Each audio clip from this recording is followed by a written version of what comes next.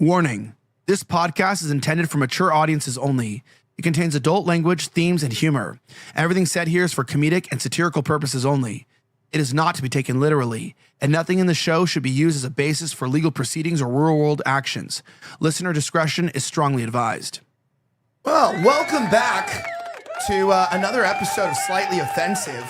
It looks like Muslims are kind of still a problem for the entire world. You know, they're still kind of a problem. Go to my screen here. You know, we're always sold immigrants. Look at how cute they are. Aw. Little Indonesian. So cute. Cutie patooties. They have straps on their head. And we're like, wow, Muslims are such nice people. And you always know in the world that anybody that the media is saying is like nice and good is not. And anybody they're calling evil is probably the good guys, right? Whites are bad. Men are bad. You know, having good sex is bad. They talk about consent. They talk about families are bad. What's good? Abortions are good. Muslims are good. Blacks are just, they can't do anything wrong. And we got a problem right now in that our country's trying to do a little something. They removed the TPS protections. We'll talk about what that means and why it's important of 350,000 Haitians. And while people are fighting about the protections, I got to ask myself the question, why are 350,000 Haitians here at all? Okay, on top of that, we got massive Muslim marches going through our country. And I'll be a little bit honest, okay? A little bit honest. I've been focused on the Indian thing and I've been downplaying the Muslim thing. Hey, Michigan, I see you. Joining me today to talk about these stories and so much more, including an Indian man who unfortunately wanted to prove he could fly. And like all the Indians that we watch videos of, you can guess how that happens later in the show. Joining me is Nikki Rudd from the new upcoming series, The Rudd Report, whose graphics need help. Can't help himself. You're tripping. What's going on, you guys? New week, new show coming soon, The Rudd Report. I'm very excited to bring it to you guys. It's going to be me. I'm a little bit more serious, I would say, than Elijah Schaefer. He's more of the entertainment, you know? He brings a little bit more spice to the show.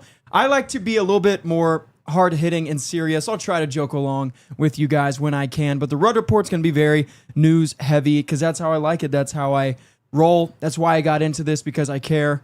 But we're going to have fun regardless. That's the number one rule. If you're going to do politics, you're going to hate your life. You're going to want to kill yourself. The only way you're going to avoid that is just have fun. So we're going to have fun while we do it. We're going to do that today as we bring you guys the news. Happy to be here again today on this Monday. Yeah, as they say about me, there's a famous quote from a very strong Orthodox religious text called The Cinderella Story with Hilary Duff. And her stepmom says something very important that I repeat to myself every day. She said to her, "You're not very pretty," it's Jennifer Coolidge, "and you're not very bright." I'm so glad we had this conversation. And I say that to myself every day. Joining me is someone who is pretty and very bright. Brightens up my day. My sweetheart, the love of my life. Georgie, welcome back. Hey, you know my parents watch this? You can't say you can't air our business out in the public. Elijah, we've talked about this. Hey guys, it's George. It's good to be back. Or Georgie, as I'm known on the show. At Sith Lord Groiper on Twitter. If you want to get involved with Rift in any way, I've just noticed my camera is tilted the wrong way. Hit me up on Twitter at Sith Lord Groiper if you want to get involved. We need clippers, journalists, and anything else really that you want to provide. Yeah, so let's talk about this. Sometimes Georgie wakes up and I think, where's one of those Muslims that beheads people for no reason? Where are they? You know what I mean? They're in France, actually. They're in France. They're in Paris. And, you know, they once said there was niggas in Paris. You know that song? There was niggas in Paris. And now they Never heard that Now one. they're just are. And it's not a funny song anymore because that's all there really is today. Let's talk about Dearborn, Michigan. Brendan Gudenschwager. Get it out. Brendan Gudenschwager, old friend of mine, was there the night that Kyle Rittenhouse killed the people. Gudenschwager. He's the one who filmed the guy get his bicep blown off by a point-blank shot from an AR-15. By the way, don't try to take AR-15s from people. Not wise. We learned that one the hard way. By the way, just a side note, do you remember the guy's bicep got blown off? And then he did his first interview. I think it was a CNN. It was like on the news. And while he was sitting on his stool, the stool broke and he fell off in live on air. And he's like moaning on the ground and he gets up and it's like he got his arm blown off, falls off the chair onto his wound. It's lesson learned. America isn't learning its lessons today.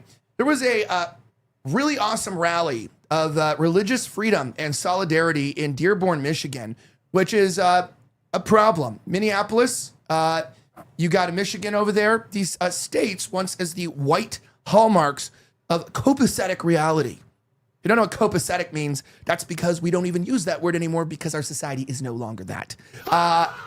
But we now have our founding fathers, George Washington, fought against the British so that one day a bunch of genocidal Muslims who share none of our culture or values could all march together and scare people. I'm going to be completely honest. Muslims and blacks, it's kind of scary people, okay? I'm not exactly into it. Check this out. This is a video that he filmed.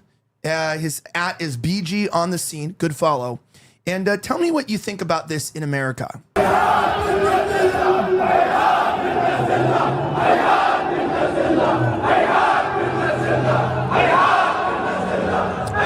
I'm going to play and turn down the sound here.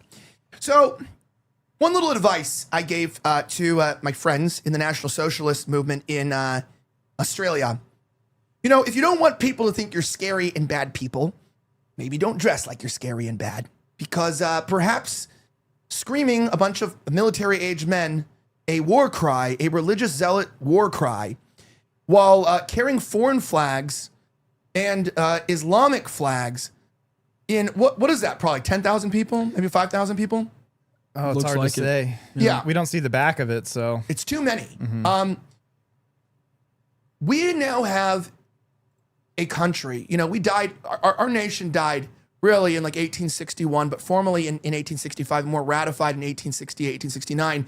You know, we had this federalist system in our country that our founding fathers did where it was that, you know, they used to say the United States are, okay? That's, if you look at writings before that time, these are the United States are, isn't because they're United States, but they are different. There's plural. Now we say the United States is because we have this like sort of anti-federalist central government that consolidated power. And the only check on the central power that we had in the country to prevent things like this was the fact that we had this competition of states, this competitive nature of a state's rights.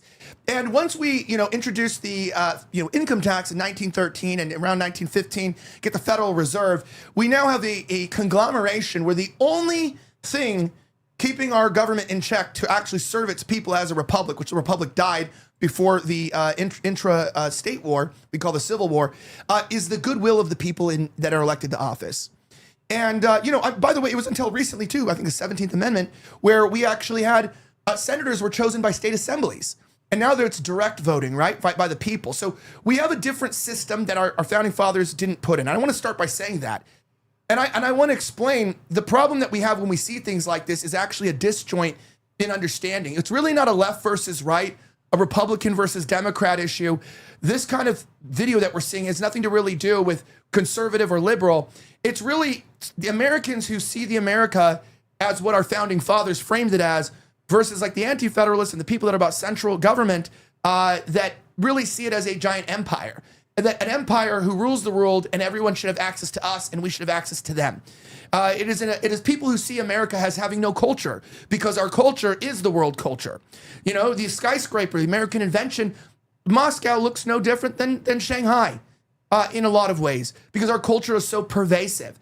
And with that being said, there's this very poisonous ideology that is seeped into our school systems post-World War II, where people think that freedom is the freedom to kill our own country, and that we deserve punishment. And you know that people know these things are not good, because they always say, well, we ruined their countries. We went into their country and ruined it. And so what, Margaret? Serve me my fucking latte. I don't want to hear it, okay?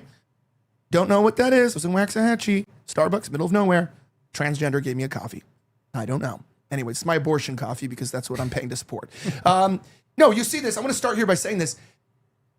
The argument for this is that we have separation of church and state. The argument here is that we have religious liberty. The argument is that people deserve access to white countries. And the bigger argument is that we're not a Christian country, and we're not a white country. We're not a European country. And that really anyone who sets foot on this land is American.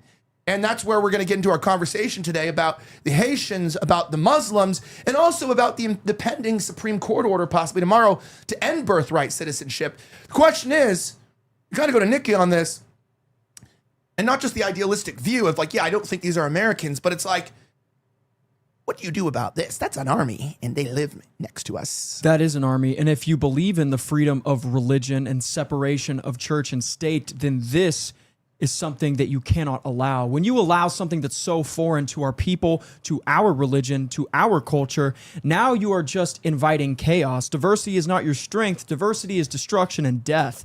And when you look at that video right there, this is emblematic of what American society and culture at large has become. It has now become a hodgepodge of competing interests, which are polar opposites of each other, that believe opposing claims, contradictory claims that cannot be reconciled by simply saying we live in a diverse society, we live in a multicultural society. Well, now you are just setting up a society where people are going to fight for who has power, to fight for who has control and who has the say, and who is going to pass the legislation, who is going to control the courts, who is going to tell your children what they are going to believe and what they are going to do. When you see Muslims by the tens of thousands marching through your streets, this is not a celebration of all of our diverse beliefs and cultures and the different food that you can eat. No, this is an invading army that is coming to steal, kill, and destroy everything that you love, everything you were raised on, and everything that you believe in. This is the destruction and death of the United States of America. The separation of church and state is basically irrelevant and detrimental at this point when it brings in invading armies that are your enemy. These are our enemies. There is no reconciling. There is no shaking hands or patting backs or becoming best buddies with those who seek to take over your society with a religion and a culture that is so detrimental and opposite to everything that we believe in. This is going to bring about the end of the United States Republic as we know it. Yeah, I really think we could fix this country with just doing legislation like this. Show people that image and go, thumbs up or thumbs down. You know, it's like, that's kind of scary. How about we just don't let the scary stuff keep happening, okay? I'll talk a little bit about it later. Some scary stuff happened to me this weekend, and I think it's important because our cities are just, they're a disaster, okay? It's just a disaster. It's such a disaster what's going on in every state. The cities are just in shambles. And it's like, because we won't be mean to the bottom 10% of people. Like, we can't just be a little mean to the people so we also live in hell. We can't do what Bukele did because, you know, black crack addicts deserve, I guess, to harass and scare us. Constitutional rights and shit. Yeah, and whatever. But the Supreme Court handed a big victory, 6-3, by the way, 2 big victories for Trump. And one was on the TPS, the temporary protective status for Haitians, which, you know, we're going to talk about when that happened and why they were brought to where they were brought to. But also, it's like Haiti, No. And I don't know if we have the clip in here of what's her name? Shit. Ihan Omar? No, the white woman who was on Fox, Megyn Kelly. Megyn Kelly even popped off. And I just want to remind you, our women. About this? Yeah. Oh, yeah. She popped off. And I'll show you. It's really good. But check this out. Out with another decision, this time regarding the fate of certain migrants living with temporary protected status. There are a bunch of them. And Shannon Bream joins us again with more. Shannon, how do we read this one? Okay, so Dana, we read it as a win for the Trump administration, which has wanted to wipe out temporary protected status for more than 1 million people who are living here in this country. These cases centered on a number of Haitian and Syrian refugees who were here in the country. And basically what the court has said is that they can't challenge this decision by the Department of Homeland Security, by the administration, that they're the ones who get to make the assessment about whether they leave or not. I haven't read the whole thing, but they do get into some of the claims that by some of those who are advocating for the Haitian refugees, that there was some kind of racial animus. The court says they don't see evidence of that. So I'll keep reading, but it's another very fractured decision that seems to be a win for the Trump administration, which would be the second win for them on immigration. That earlier decision that we talked about that came out just a few minutes ago saying that if you get to the Mexico border, but you don't make it onto U.S. soil, you can't file an asylum claim. So the Trump administration has to be happy about what they've gotten today. We've still got 8 opinions left, and it looks like Monday will be our next opinion. Okay, so here's the deal. We have this problem where people believe that all people are created equal. And our founding fathers did not believe that, actually. That is kind of an Enlightenment thing. But back in the day, people meant like just your people. It meant us. And by us, I mean non-Haitians. All right, let's talk about Haitians. Why are there 350,000 disgusting, low IQ, inbred dysgenics in our country? Well, you can look at Obama and Biden and you can see about the intentional flying. I remember when I first heard of like 10,000 Haitians were flown into the Midwest. Why? Well, let's look at their history. All right, let's just talk about this. Why is that happening? Well, what has started happening is there started being this sort of white flight, if you look at it happening from the coast and the cities, and people started moving into the Midwest. And typically, people with a lot of melanin in their skin, i.e. Haitians, we'll just call them all tonight, the Haitians, they don't really like cold weather. And they like big cities, they like handouts. These are a different kind of Democrat up there. They're the Democrats that remain Democrat because it was all white people that lived there. And so they kind of had the luxury of their Democrat system is unions. They saw what happened with NAFTA, and they saw, the gutting of their industry, steel industry. They saw sort of the South, with the coal industry, including here a little bit, like West Virginia. They saw what happened, and so they kind of are looking for people that are not looking out for big business, people that are looking out for people. And I think that you got to understand that Democrats actually in a lot of ways were very moderate for most of history. And they were actually looking out for the workers. Unfortunately, that worker mentality also kind of can bleed into sort of the communist undertones of extremist groups like Antifa that developed out of the Occupy Wall Street movement around 2010, 2011. Hipsters with too much time on their hands that really spent more time discovering their gender identity than getting an actual skill set. And then introduce culture wars and tell people that Republicans are trying to kill trans kids. Well, you got yourselves modern society. In the midst of all we were fighting and basically destroying ourselves, so that the IRS, as they were withholding 501(c)(3) tax exempt paperwork from conservative groups in the Tea Party, essentially came out and were like, by the way, in those 10 years, we completely changed the demographics of the country. And you think it was bad? Look at this country post-2010. It's been a sharp decline. And we went from immigrants being of good character, of good report, we're not racist, to let's just bring in the shittiest people possible. That also, by the way, were armed by Jewish traders, not traitors, but traders, Jewish merchants, to literally kill the Catholic French in Haiti. Yeah, let's do massacre. a breakdown. Let's do a breakdown of the country of Haiti, the history of Haiti.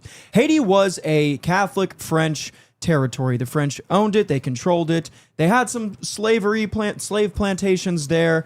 They ran the country. They ran the island. What happened in the Haitian Revolution? Well, some Haitian rebels, they came to a voodoo witch doctor, a Haitian woman. She was demonic, and she did a sacrifice. They met on a hill, and they did a sacrifice. Now, it's stated that they sacrificed an animal to a voodoo god, a demon, but most people say it was actually a human sacrifice of a white Frenchman that they had captured, and that's who they sacrificed to the demon god. They made that sacrifice, and this is well documented that this is how the Haitian Revolution started. They made that sacrifice to this voodoo god, and then from there, they proceeded to whip up the Haitian slaves and Haitian population on the island, and then they went on to an ethnic cleansing. They slaughtered every single French man, woman, and child on the island that they could find, and they did not just limit it to the French men, women, and children, but they also slaughtered every single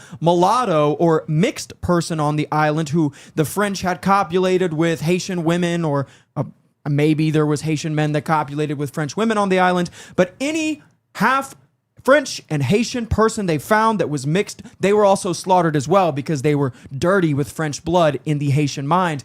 They committed an ethnic cleansing. They slaughtered anyone who had any French ancestry on the island, and once every single Frenchman who did not escape on ships off the island was dead and slaughtered, they started the Haitian Republic. And that has turned into what now is today one of the poorest and most dangerous and stupidest countries on earth, that is a thorn in our side and has always been a thorn in our side since its inception. And now, in the past 20 years or so, we've decided to import hundreds of thousands of the most dangerous, stupid, and dyshygienic people on earth into our own country. And people thought this was a great idea. In Springfield, Ohio, Trump was not joking when he said, "They're eating the cats, they're eating the dogs." That's what they do in Haiti. They eat cats, they eat dogs, and they're infamous for literal cannibalism. They eat each other. And on top of that, as a dessert, they have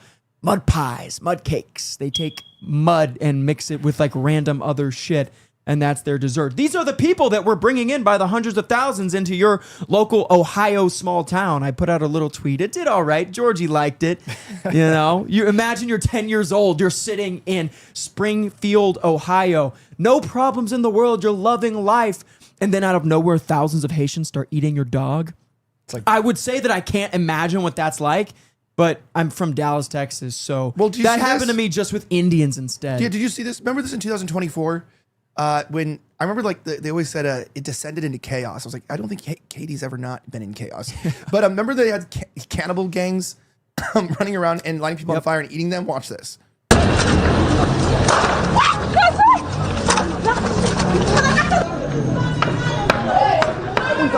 Yo, Dark Garbaggio, shout out. That's my go.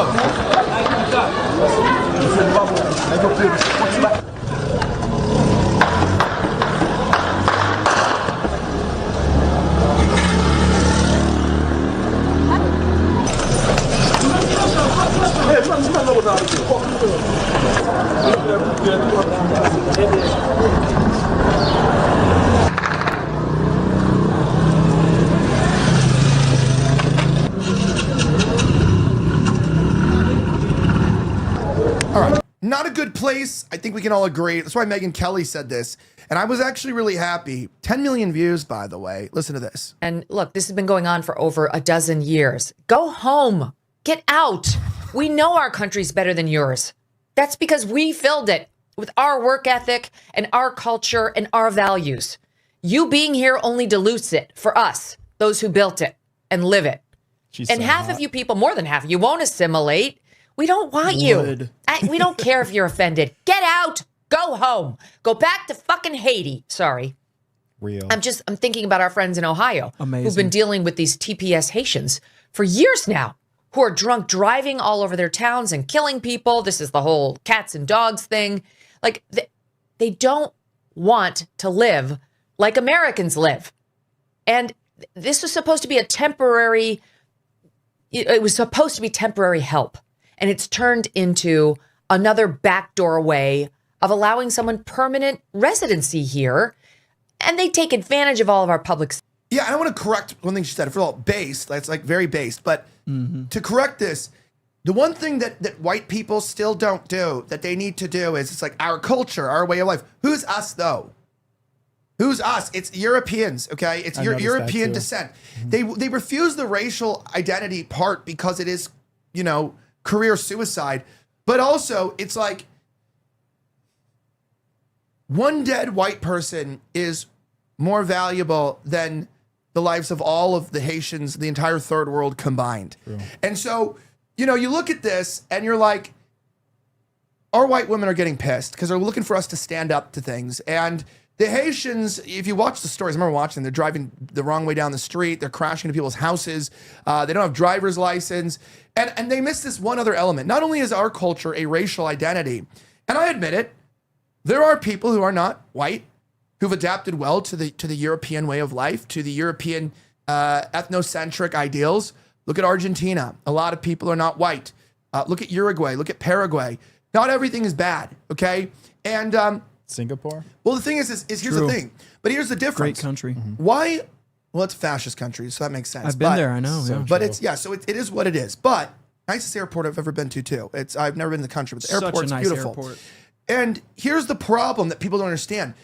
When you're saying they don't want to adapt to our way of life, is they cannot adapt to our way of life because our way of life is bound to our genetic code. And so it's not about being hateful. It's about loving the people that are suffering at the hands of this fake depopulation, destruction agenda of an empire. And this happens to all empires. And, someone asked me once, they were like, okay, well then why is it though, what's up with the what's up with the Anglo-Saxons, right? Versus the Spanish and the Portuguese in South America. They seem to really they sort of mixed with the natives and created a new race of people, the Latinos, modern Latinos. Well, what is that about? Well, I believe the Portuguese and the Spanish, from what I remember, is they weren't allowed to bring women. And I think that the English only had about 5 years of that, and then they were forced to come with women. And you can kind of get an idea of what the Anglos did to look at the Afrikaners in South Africa.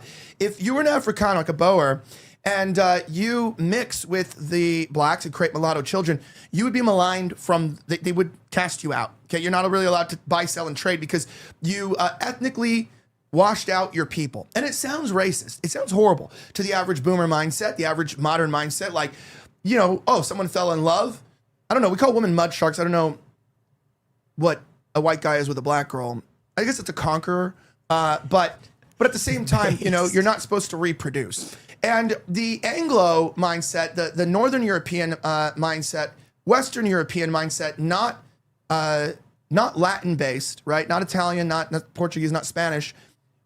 They believed that if we intermixed and intermarried, like with the natives here, that we would lose our society because they intrinsically linked whiteness to the fact of how we are and who we are, temperament, the ability for us to function.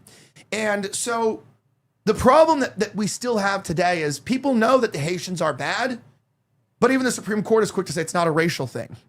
Well, where are blacks doing good? Where was a white-made government, Where was a white-made government? Curacao, you're talking about Jamaica is okay, not really. You're talking about, any of the Cuba, talk about, any of these countries where whites sort of intermixed, created a new race, and gave up power, right? Rhodesia, South Africa, freaking Libya, the Dutch down in the Congo. Where did it happen in the decolonization efforts where white people left as the leading power structure where the society remained a functional society? It didn't. Because no one wants to admit it, and it sounds like you're beating a dead horse or whatever, but black people do not know how to govern white-made civilization because it's genetically impossible for them to do so. And race matters. And I liked Megyn Kelly's speech. I did a little quote tweet of it. I took that picture of when she got up on her desk and was like showing her legs. Said she just keeps getting better. People liked that one. But I liked the speech, but this is the detriment of our people right now. This is the one obstacle left before we can truly create and be the change we need to see, is that we are so afraid of asserting our ethnic heritage and our racial identity that we will jump around and avoid the number one topic, the central issue with what's going on in our country right now and with immigration, and why immigration from certain places is worse than immigration from other places. Look, we are not all the same. No one denies this when you're talking about athletics. Even when you speak about the topic of athletics, blacks, the African race, they excel at hip, explosive sports. That's why they are such great sprinters and runners. When you look at the weightlifting competitions in the Olympics, though, it's the Europeans that consistently dominate that. Genetically, physically, we are different, but then people won't extend this to the other parts of human life. We're on the topic of Haiti. What is Haiti? Haiti is one half of an island. What's the other side of that island? It's the Dominican Republic. I was actually in the Dominican Republic just a few months ago. What is the number one distinguishing factor between the Dominican Republic and Haiti? Well, Haiti is pretty much exclusively black African, and the Dominican Republic is mixed. It's mixed with the native population that was originally there on the island and from European blood, European ancestry. If you look at the IQ of Haiti versus the Dominican Republic has a 10-point difference higher IQ than Haiti. They live on the same island. They have the same climate. Almost everything, the geography, almost everything is the exact same for both countries, except for the people that make it up. They were both also originally created by their modern systems. Their infrastructure was created by the Europeans that lived on the island and colonized the island. Why is there such a difference here? Well, it's clear there is genetic differences. That's why this is so crucial and it's so important. We cannot avoid this conversation and this topic. Yes, people are different. We are not the same. An Indian is not the same as a Japanese person, is not the same as a Congolese person, is not the same as an Italian or an Anglo-Saxon. We are different. We are distinct peoples. And at the end of the day, in the eyes of God, yes, our souls are valuable, but we clearly have different strengths. Different people groups are stronger than other people groups in different areas. And avoiding that topic is only going to destroy our country when we want to consider who has a say in the direction and the control of our nation, and who is going to run and govern our people. Are we going to put the most capable and most qualified people into positions of power, or are we going to allow the infiltration of those who certainly are not as qualified and capable because of the idea that diversity is a moral good, that diversity is virtuous. It's not just a description of people and the existence of different types of groups together, but rather it is a moral good. We have to reject that. That's the only way that we can save our civilization. Check this out. This is the guy that stole my backpack.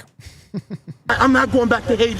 One of those threats is this illegal alien from Haiti. ICE says he's a gang member with 17 criminal convictions in recent years. So, you feel me? Yo, Biden forever, bro. Thank Obama for everything that he did for me, bro. Biden forever, bro. ICE Boston quickly takes down its next targets, including this illegal alien from Brazil who has an Interpol red notice for armed robbery. This Salvadoran illegal alien charged locally with rape and released by a sanctuary jurisdiction. Señor, ¿cómo se llama? And this Dominican illegal alien charged with assault with a deadly weapon and heroin trafficking. Officers also arrested this... Right. I don't want to go too much on this topic, but I'm going to say, I'll talk about it later, but, I told somebody, I kept pointing people out to my friend. I go, there's the guy that stole my backpack. And he kept going, that's him. I go, well, he would steal my backpack. They all would. I'm just, I was down in Austin and got kicked out of a few places for quote unquote racism. I don't even know what I said, but I will say, I would talk to people and I just realized how blinded they were, to the realities of life, because you say Trump's getting these people out because their country's horrible and they're horrible because they made it horrible. They were handed a perfect society, essentially. They could have managed it, but they can't manage it. And China has the same problem right now with their Silk Road that they're building. Is they're doing a lot of infrastructure projects in East and West North Africa. And they are having problems. I don't know if you've ever seen that freak out, that Chinese guy in the documentary. Yeah. Where he's just like, you guys can't even maintain anything to the black guy. You're incapable of doing so. He was like, you were given railroads. Where are they now? We're rebuilding railroads. You already had railroads. Where are they? They're completely destitute. And you see that guy thanks Obama, thanks Biden. I know we're kind of tired of it, but there is an agenda in the UN, repopulation or remigration adjacent, but it's the opposite. It's like they want replacement immigration, right? So it's the exact opposite. They want to bring people in to destroy power structures. And it really is about the destruction of the whites. And I say this to black people, though, who are offended. You know, oh, white people, they don't like us. What did we do? Well, like, what didn't you do? Okay, what don't you do? And I think about this every day because I'm like, you know, the Jews didn't like what happened to them. You know, whether the Holocaust happened or not, they claim it did, and they didn't like it. So they built 20 museums in every city so that, and forced us to go to school. And they made movies and stuff to control our minds. Decent strategy. Worked pretty well for them. They're doing all right.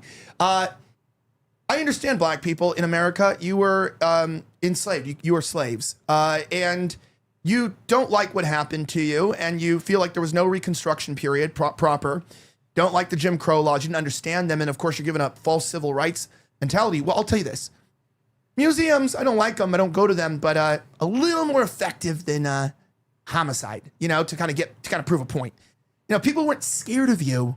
They might like you. And maybe people don't like, in general, living around black people because it's absolutely impossible to live. Yeah, we shouldn't be importing hundreds of thousands of the absolute worst of the Carmelo Anthonys. We'll just say that. The last thing I'll say about Haiti is it's very interesting. Later on, we're going to discuss the Supreme Court decision, incoming Supreme Court decision on birthright citizenship. Did you know that the Dominican Republic, which is on the other side of the island of Haiti, the other side of the same island of Haiti, they actually used to have birthright citizenship, and then they were getting too many Haitians jumping over the border and popping out babies. So 10 years ago, they reversed their decision and they no longer have birthright citizenship, literally just so that Haitians can't jump their border and birth out babies. Very interesting. Seems like the Dominican Republic, of all places, has a better brain and better government and better decisions, is making better decisions than the United States of America. Seems like we should take a page from their book and shut that shit down. Well, yeah, and the Dominicans, here's the Dominicans versus the Haitians. This is the DR. Mommy, what's up? What's up? Yeah, maybe. Free. What's your name? Diana. Oh my God. Yo. You got what's up? Yeah. What's up, baby? No, you got right now with me? Not right now, because I'm going to meet my friend, go pick him up for breakfast. For lunch. That's got to be a hooker, right? Okay. No, she just said Americano. She said, you asked me who's Americano. I think that's just looking for a visa or something. Yeah. But the DR is actually building a giant border wall right now, a 10-foot high border wall to keep Haitians out. They don't even want them. The people that share an island don't want them in their country. And it's not just here too. You know, like in South Africa, I don't know if you know what's going on there right now with the anti-immigrant movement, but they want all the illegal blacks out because they say they're just hurting. Like when blacks in South Africa, like, do you see what they did to their own country? When they're saying they don't want all the other blacks in their country because it's hurting the country, I think like 10,000 have been rounded up and they're kicking them out. It's not a racial How do hatred. they even like decipher which is which? You know? That's what I'm saying, dude. They're just like picking the long-nosed 10,000 blacks at random. It's just a W either way. Yeah. You know? Yeah, Either way, it the just country's makes the better country off. Because none of them were from there. So none of them are really from there. So they're all This is moving true. in. Mm-hmm. All right, enough on the Haitian stuff. The Supreme Court also handed a victory to Trump on something kind of interesting. I don't know why we're going through all of these things, but a landmark decision happened that could transform the federal government.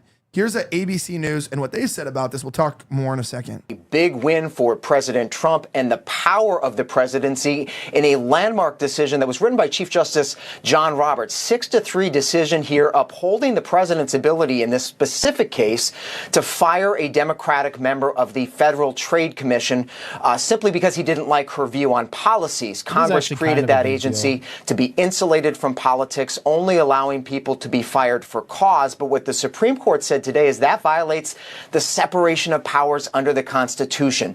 And in effect, that has now limited the ability of Congress to create independent, bipartisan agencies across our government. This will transform the federal government and eliminate a lot of those agencies that have both Republicans and Democrats on them. The agencies will still be there, of course, but now a president will be able to pack them with members he chooses because, as John Roberts said, they carry out. I don't know if that's a good or a bad thing, but it is a historic thing. It's like we can have completely partisan bureaucrats basically chosen. And I think it's kind of positive on one hand. Not a lot to say here, but on one hand, you could actually essentially try to drain some of the swamp because now you don't have to fire for cause. If the government isn't working the way that your elected body wants it to work, you can fire them. And that's always great until you have people in power that you don't want in power, right? This always determines whether or not you believe in the strong central government. I just don't. Like, I don't have hope in the central government. I don't have hope in Trump. I don't have hope in any of these guys. I don't think that, ultimately this power structure, our government, this country has only been around for about 150 years. I think 125 maybe, more or less in the way that we run things directly. And in its current form. Yeah, and it's the empirical side of it. Yeah, it's this empire that, once we sort of grabbed the Philippines and, we have so many other islands and interests, we really outstretched ourselves, right? It was like barely after the quote Civil War, we're going after the Portuguese, going after the Spanish.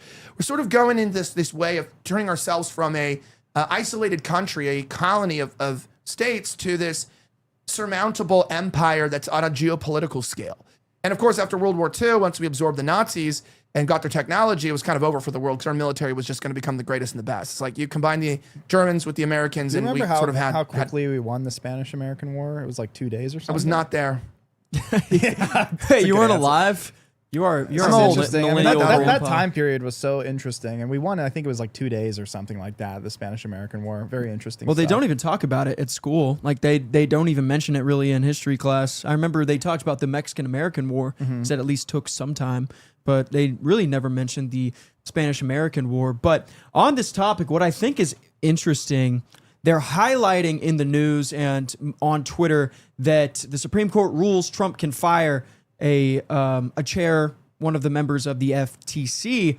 But what they are not mentioning is that at the same time, the Supreme Court also ruled that the president, because it's not just Trump, it's a ruling for all presidents in general, the president cannot remove the Fed governor or a chair member of the Federal Reserve. Very interesting. So you can remove a member of one of the other bureaucratic institutions in our federal government, but you cannot fire one of the Federal Reserve. It's a private bank. Chairs. I know. It's not government. So essentially, it's just upholding what lots of people have already said, that this is the fourth branch of our government. That we have judicial, legislative, and executive, but now we also have the Federal Reserve Bank. That's another branch. You can't fire them. You can't take them out. They are there, and they will do what they want. This is why slop content is like coming back because this stuff is interesting, but it's boring.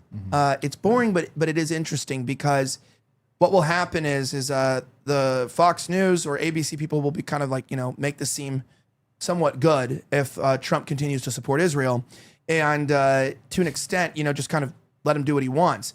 And then, if we get somebody really bad in power and we end up, gutting any of the good moral people that, are in power because they just don't like their politics or their views on abortion, I mean, this is a slippery slope.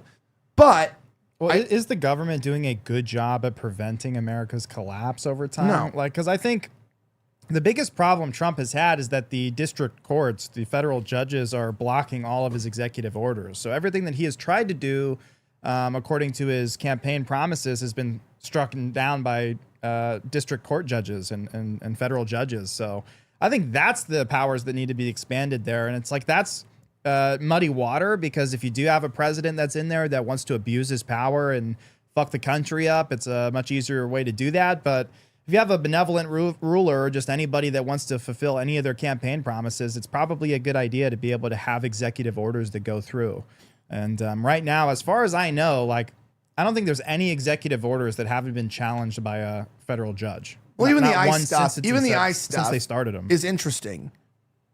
But this is like a weirder one, by the way, that just got handed down. I know this is like a little bit dry, but it's also just, this is your country. This is what's happening. Yeah. And I think we don't pay attention to this stuff. It's not good. Listen. Some breaking news. U.S. Supreme Court, a decision is now in on a challenge led by Republicans to late arriving ballots in elections. Shannon Bream has the ruling. She's got the news and the headline now from the U.S. Supreme Court. Shannon. All right, guys, this is not a win for Republicans who were challenging this. Mississippi has a state law which allows ballots to be counted, mail-in ballots after Election Day. If they come in, they're postmarked and meet the state requirements. But it is a 5-4 loss for Republicans, and an interesting cobbling together of who wrote on this. Justice Barrett wrote the opinion. Justice Roberts joined her along with Justices Sotomayor, Kagan, and Jackson. So those 5 stuck together on this. The dissent comes from Justice Alito. Thomas Gorsuch and Kavanaugh join him. And essentially what the majority said is that these federal statutes setting Election Day don't prescribe, or they don't stand in conflict with states that want to say, okay, we have a procedure to count ballots after Election Day. Justice Alito, writing for the dissent, says today's decision is inconsistent with the terms of the Election Day statute. Like, if we don't fix systems like the voting system, it's so over. You know, we knew it was bad when I was in California. And my dad was living there in Los Angeles County, and we got mail-in ballots for like the previous 2 tenants, like everyone that lived there. Like we had like a stack of mail-in ballots just sent to the address, and it was like we had like, I don't remember, I mean, it could have been less than 10, but we had like 10 ballots, and I'm sure we weren't the only ones during COVID, and that was sort of like the idea of, okay, this is remember they like forcibly mailed out the ballots to everybody during COVID in a lot of these states. And I think that was just a sign of corruption.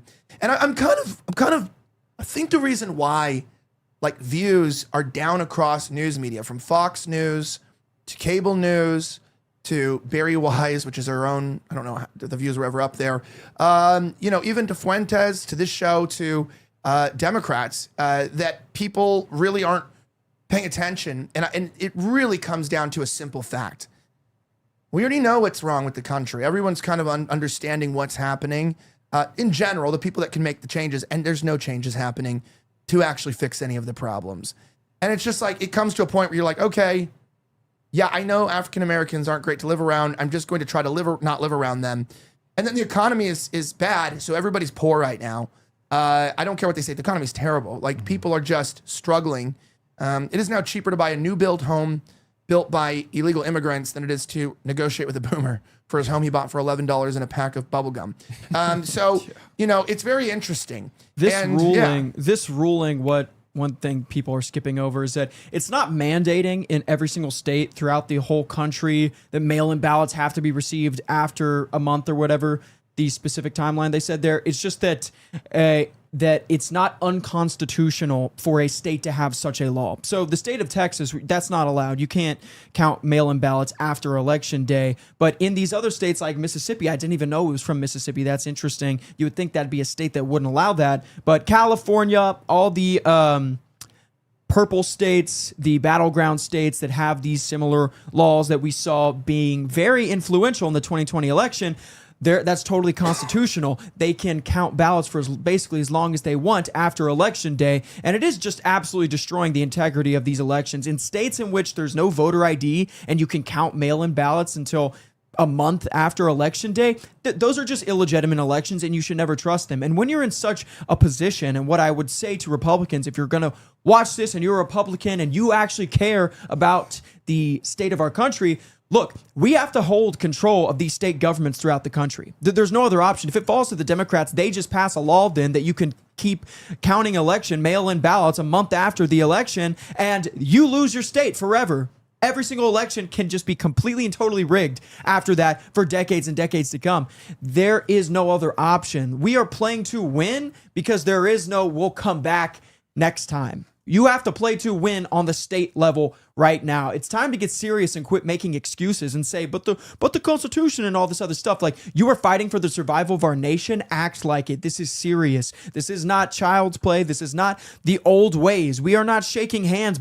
Very respectable bipartisans. That time is over. Either fight for the future of our nation and the country that our progeny, our children and our grandchildren are going to grow up in, or just give up and just say that it's fucking over. Make a decision right now, because it is either you fight for us right now or it's done. Yeah. Okay. So to not blackpill people, let's look at, you know, some places of what people are doing. I think I'm going to wait to talk about the birthright citizenship stuff Wednesday. Well, Wednesday. Yeah, Wednesday, because there's deliberations, but we'll talk about that. it is interesting what's going on in Ireland, North Ireland, and in Ireland in general, what's happening, across the two countries. And the fact that, people are calling for remigration. Now, I don't have the details on this, but a mosque was engulfed in flames. I think it's like Talbot Street in Dublin. Mm-hmm. Check this out.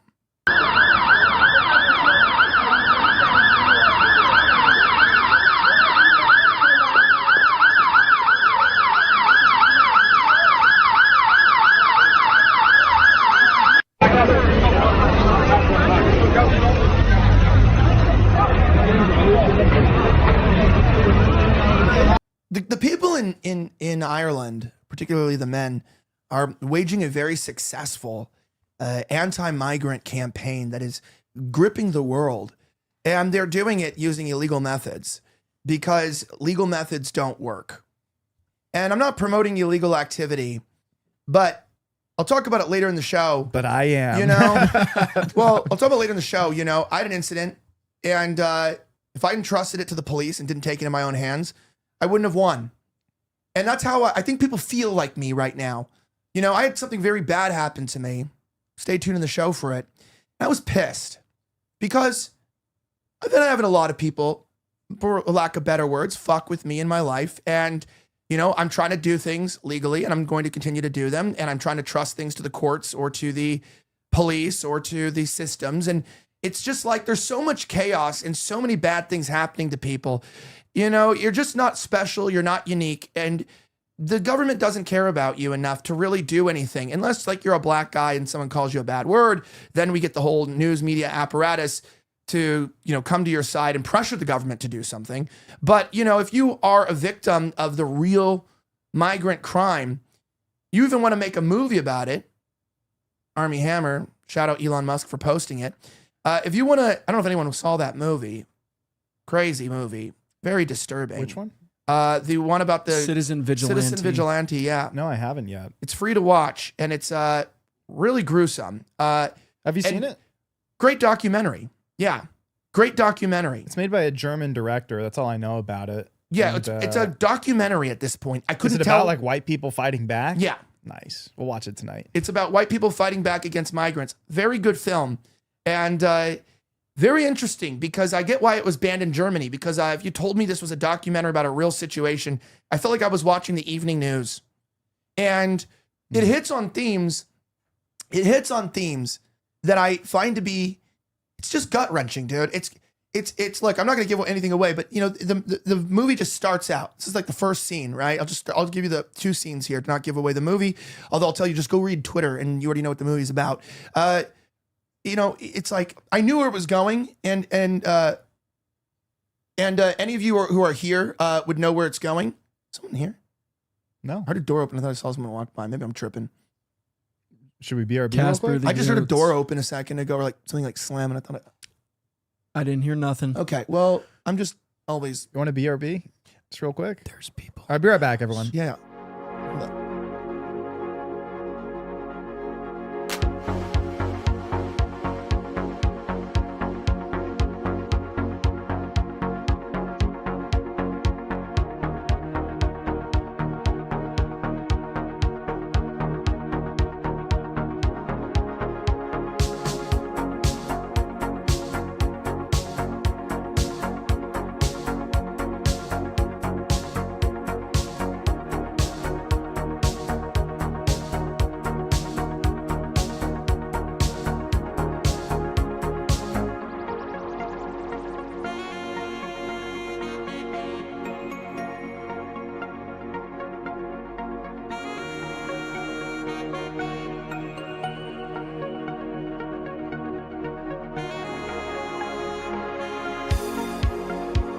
All right, ladies and gentlemen, boys and goys, we are back.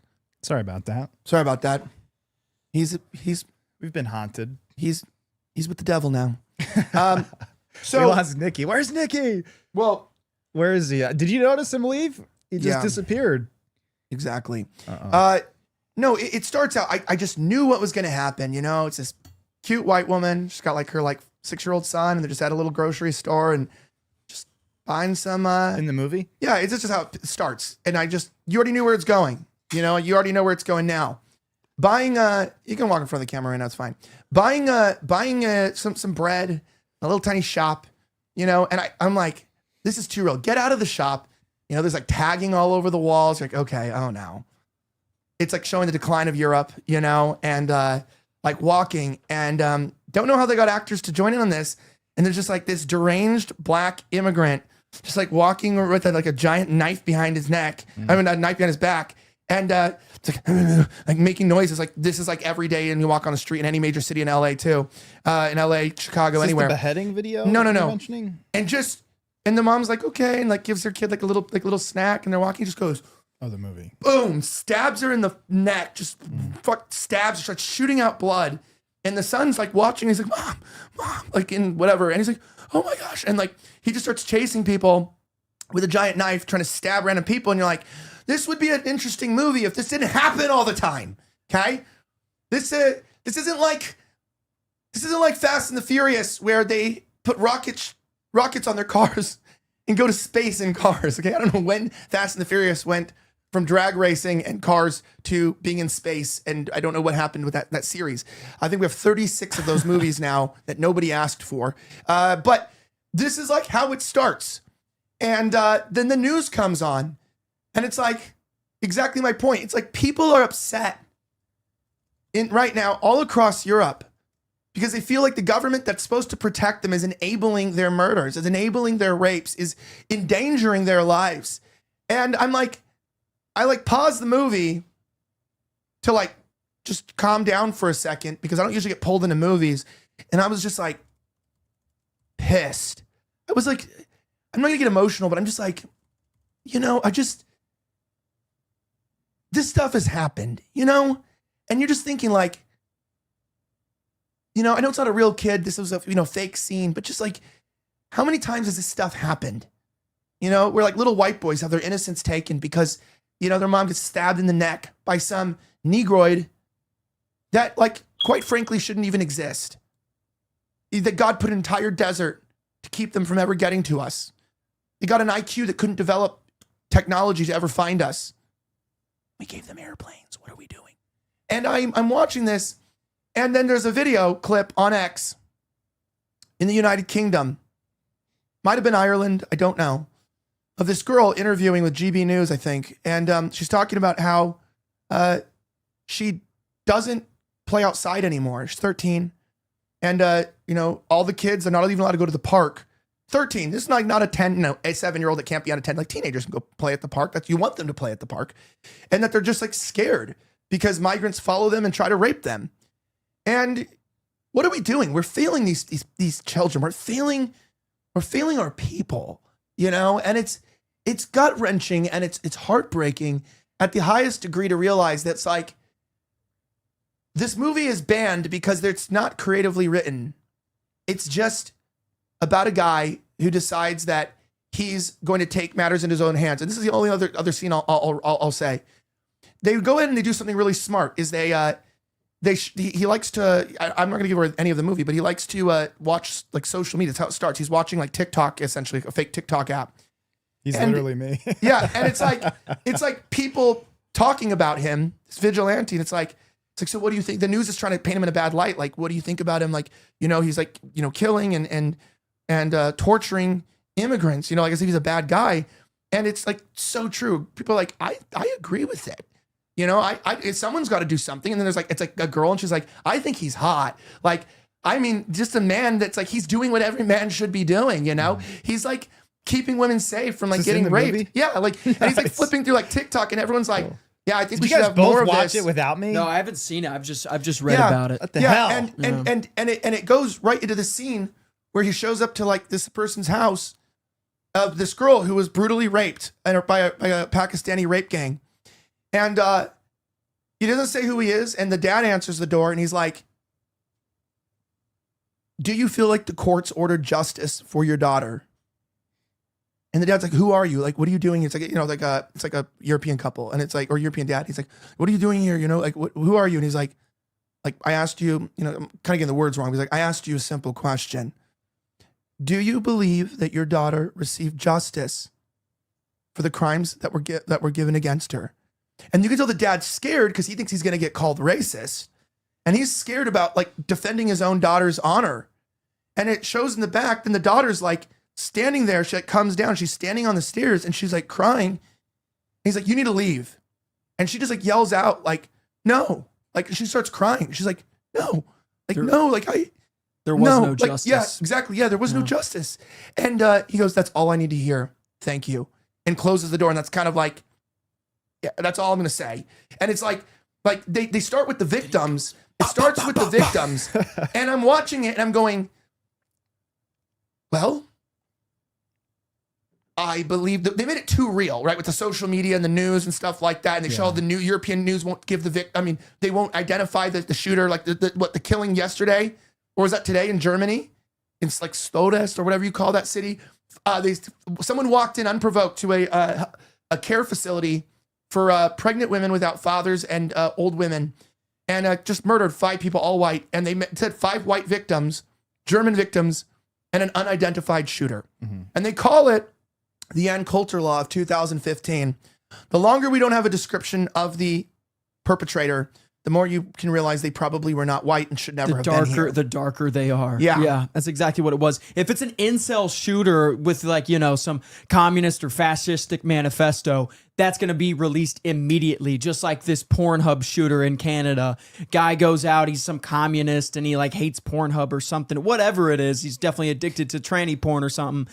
And he goes and he's like trying to kill a bunch of people in front of it. And you got a female cop who accidentally shoots a rabbi outside of the Pornhub I think it was on headquarters. She's like, oh, Jew. Yeah. Wait, she was based? Yeah. No, we disavow, of course. I get but jump scared too.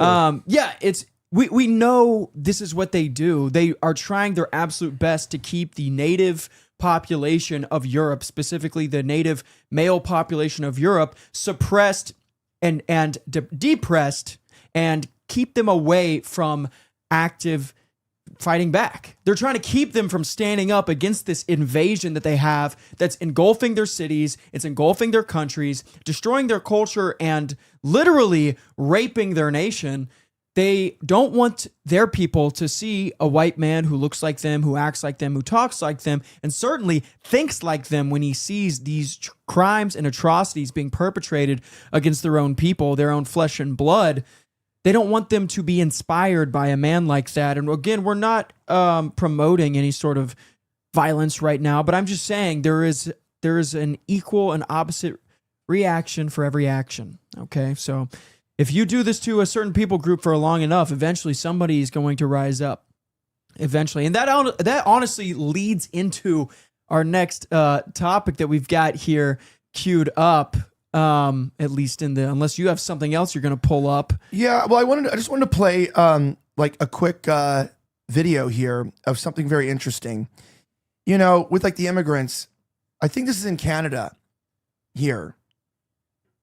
These Indians were just dumping a couch on the side of the road. And this is like a vigilante video. And this guy saw it and decided to step in. I've seen this, yeah. Check this out. It says, caught these guys dumping their garbage off the bank right outside our house, chased them down and pulled them over, made them come back and pick it up, and made them take it to the tump.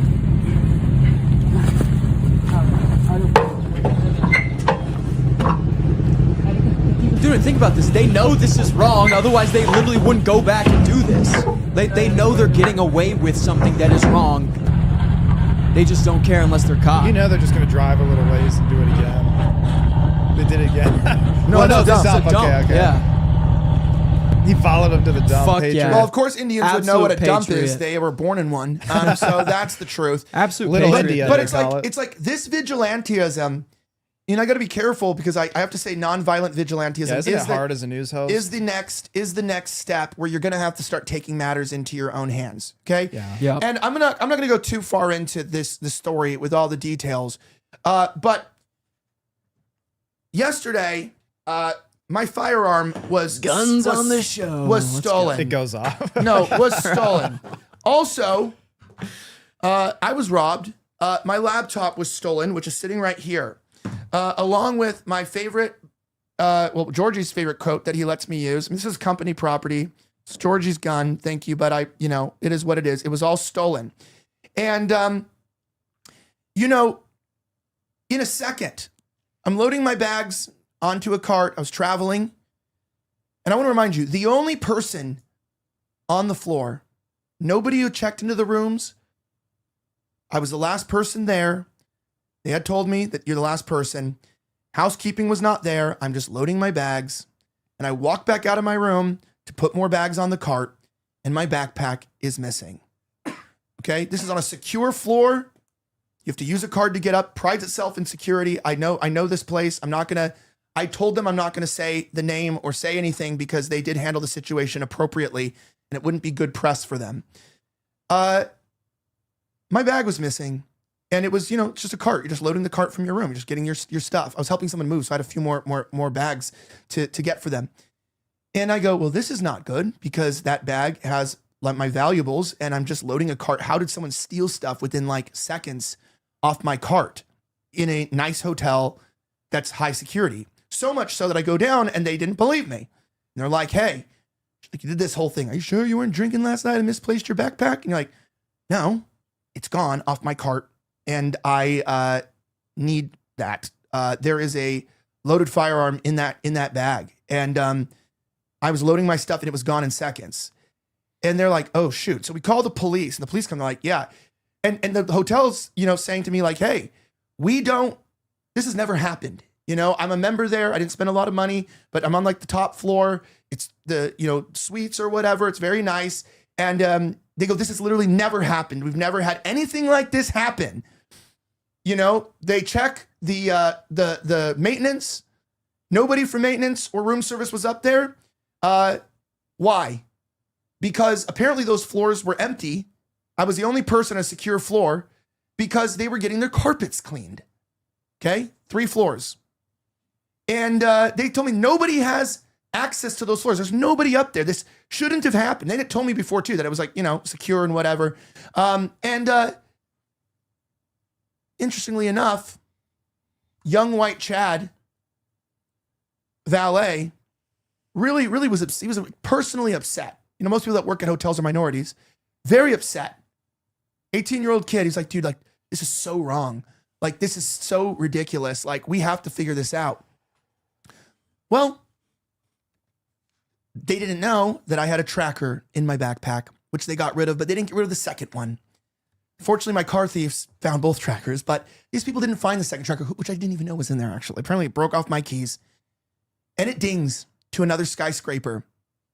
And the valet, the white kid, what did he know? He goes, I know where your stuff is. Go there. Not saying how we got in, but we got into a van. It was in a van. And I go, how do you know it was in the van? He goes, this is the carpet cleaner's van. And a bunch of cops show up. There's an armed and dangerous. Somebody has now stolen a firearm. They've stolen my stuff off my cart. Didn't even know they stole some other stuff. And, before people say this, it's like, this was quick. Like, I'm just loading stuff onto my cart, just grabbing bags and loading my suitcases and stuff in a very nice hotel, in a very secure floor, and very high security place too. No CCTV footage of anyone taking my backpack out. He goes, I knew it was the carpet cleaners because they're the only people with access. He goes, someone was profiling, stalking you, and they, wanted your bag or whatever. They must have seen it. And I go, okay, show me a lineup of who had access to the floor, which carpet cleaners had access. I'm not going to tell you who it was, but there was 11 people that eat tortillas, 11 people eat tortillas and just trying to, work for Jesus Cristo and be good people. And there was one guy who looked a lot like the Haitians that lost TPS access. And I go, that's the guy who took my stuff. That's who took it. I just knew it was him. And shockingly enough, through some seriously sketchy actions, which I will not incriminate myself of, and doing the police's job for them, I was able to convince this low IQ individual who had a lot of similarities to Haitians that we were not going to press charges if they brought the stuff back. And the police said, it's gone, dude. Like, whatever this was like a hit, on your stuff. And the hotel didn't know how it happened. Nobody knew. And, it turned into lockdown. It turned into a whole shenanigans. So much so that I was at a restaurant the night of, and the people at the bar were talking about it. Like, oh, did you see the lockdown? And we had a shelter in place. Like, yeah, that was me. That was my stuff that they stole from my room. And And we got the guy to come. Hands up, armed police. We're able to get my gun back. He wrapped it. He turned it in a dirty, gross Haitian t-shirt, which I'm saving. I'm probably gonna put it on the wall in here as a memory. Yeah, it's disgusting. It smells like shea butter. And he brought it back. And here's the moral of the story. I'm sorry, sir, if you're watching the show. I'm fully pressing charges. You're going to you. jail, nigga. Yeah, you're going to jail. You nigga. are going to jail. You're going to jail. You're going to jail for casing my place and stealing my stuff. I got it all back. Over $10,000 worth of Georgie stuff, and business stuff brought back. And the cop said, "How did you do that? He goes, we never get this." He was like, kind of like incredulous. It took 8 hours. He's like, "I don't know how you got this done. Like, this is actually crazy. Like, we found out where they lived. They got a tracker on his car. Like, this is crazy stuff." And even the police said, "Oh, he's probably gone. Like, even if we bust a warrant, he's gonna pop off. Like, these people run." I go, "Really? Haitian-looking people run from the law? I didn't know that." Successfully manipulated a Haitian-looking person to return a gun at like police gunpoint to me and let him go. Because I think it's funnier to let him go for a couple days. And like, wow, I really got away with that. You're going to jail, nigga. And so I'm pressing charges and he's going to jail. Moral of the story, the police didn't know how I got it back. They didn't understand how we did it. You know how I got it back? I'm not even going to give myself the full credit. It was a young white guy who gave a shit about the reputation of his hotel, the reputation of his company. And he actually cared. He said, like, I personally cared about you. Like, if it was my stuff and this happened to me, I would be so upset by it. And only whites would do that. Yeah, and real. Turns out, I'm not gonna say anything about him, but turns out, he knows about Nick Fuentes, and that's all I'll say. Because I'm not gonna say anything about his personal views in case the company watches this. I'm not gonna say anything. The company was very nice. I'm just gonna end this. Paid for all my hotel stuff. Paid for all my valet. Gave me free rooms, free food. Their 5-star restaurant.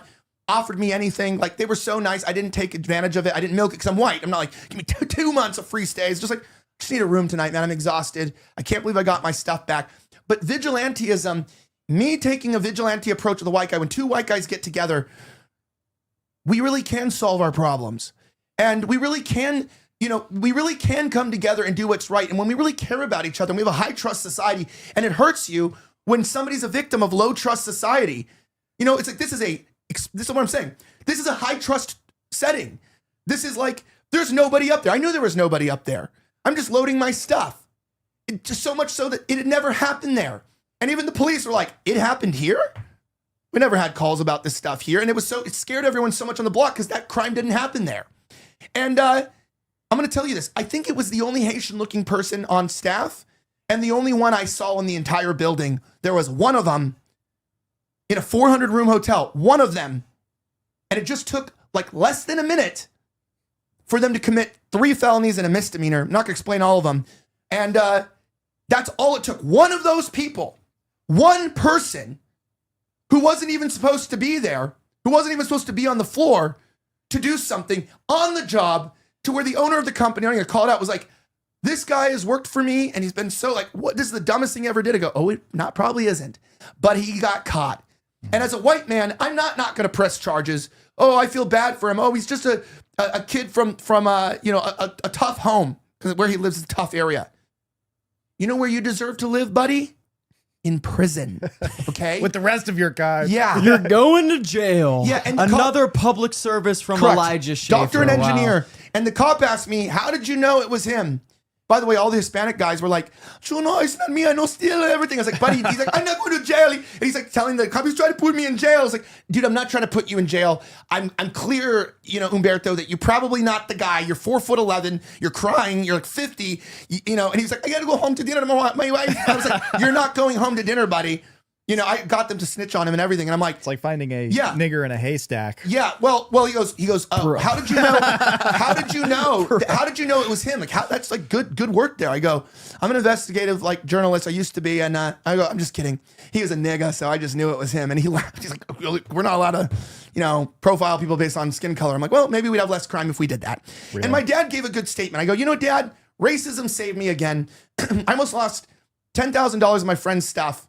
In a case that everyone was dumbfounded, no security, like no one thought it was possible this crime could be committed. And because my dad clarified, he goes, "No, you profiled somebody."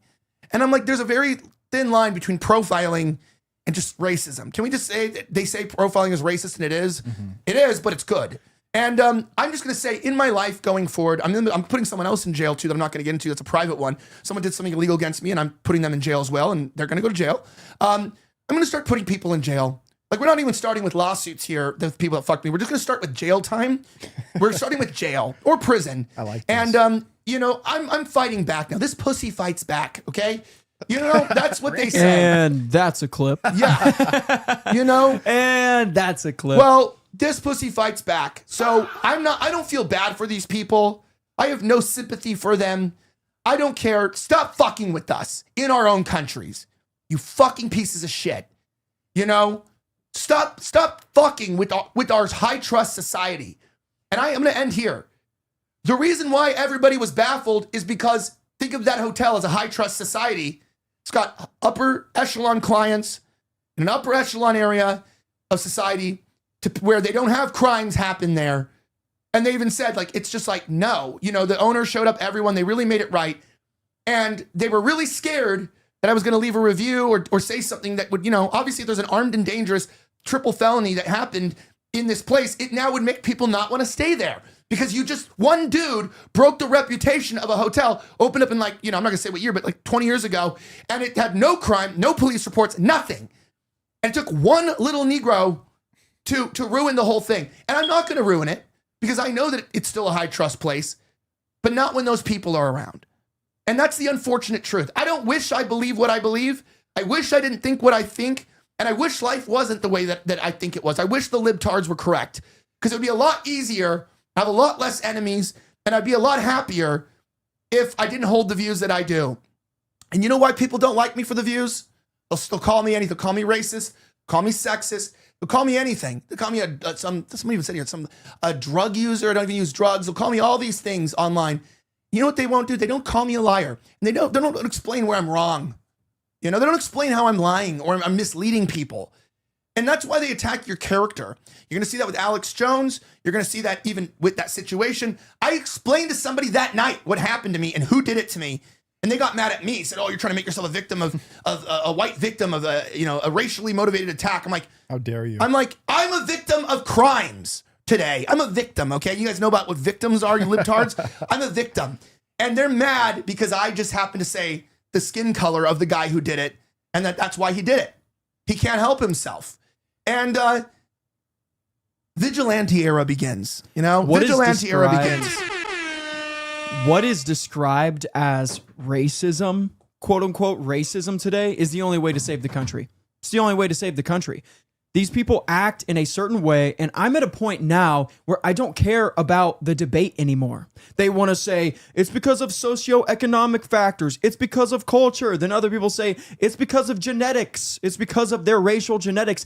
I don't care why they do it. They are the ones doing it more than anyone else. So let's call it for what it is. I'm going to show you the information. I want you to see what is happening. And I don't care what the reason is. I don't care if it's socioeconomic or if it's because of culture or it's because of racial genetics. You just need to know who's doing it. They're doing it more than everyone else. I want to put it in front of your face and let's deal with these people and get them out of our country. That's it. I see people, you know, I respect anybody who does a man on the street, Charlie Kirk style debate. I'm going to tell you why they're doing this and how they're doing this and what we should do. Yeah, sure. Maybe on the show, I'll describe you those things, but I'm just at a point where I don't need to sit in front of a libtard and argue with him about why it's happening. It just is happening. Shut it down. Send them to prison. And if they don't belong here, then send them home, deport them, total remigration of all these people. That's what I care about. I don't need to debate with you anymore. We're past that point. They're doing this shit. We know who's doing it. Lock them up or send them home, one or the other. Yeah, total Aryan victory. Look at me. I'm the captain now, okay? I'm not doing this anymore. Total Aryan W. And also made a couple friends out of it and pretty good stuff. And thanks to shout out Whites for getting my back in this and solving the crime. And shout out Mr. Dissident for the super chat. $5. Thanks. He says vigilante era begins non-violently. So true. Yeah, Duo Shaquian said Elijah put the E in upper echelon. And I think we also have one from Zesty AIDS as well that said something like, so fairy, they've pushed us to this point, paint a misleading picture and to crucify you. And that's what it is, and I can summarize. I'm not going to get into my drama, my life, but like, these people are stupid. You're a victim of literal felony crimes that requires a large police presence, and it's going to go to court and stuff. And, some white retard is mad at me because I'm just being honest about what happened to me. And you're not allowed to be honest anymore. You're not allowed to tell the truth. And I think that we're so back. Speaking of that, he knew who Fuentes was. Yeah, this is a good segue because Nick is saying... Nick was on Fresh and Fit on Friday. Nick is saying on Fresh and Fit that you might need an economic or societal collapse to put the genie back in the bottle, the feminist genie. Well, I think this actually applies also to the racial genie. It's like it applies to everything in our society that's wrong. And the genie is out of the bottle now. And how are you going to put it back? This applies really, really well to this conversation. Check this out. Once you get feminism, there's almost no way to get it back in the bottle unless there's a calamity. Yeah. Unless there's like a true survival situation where women really depend upon men and then men are have to be like cold-blooded killers.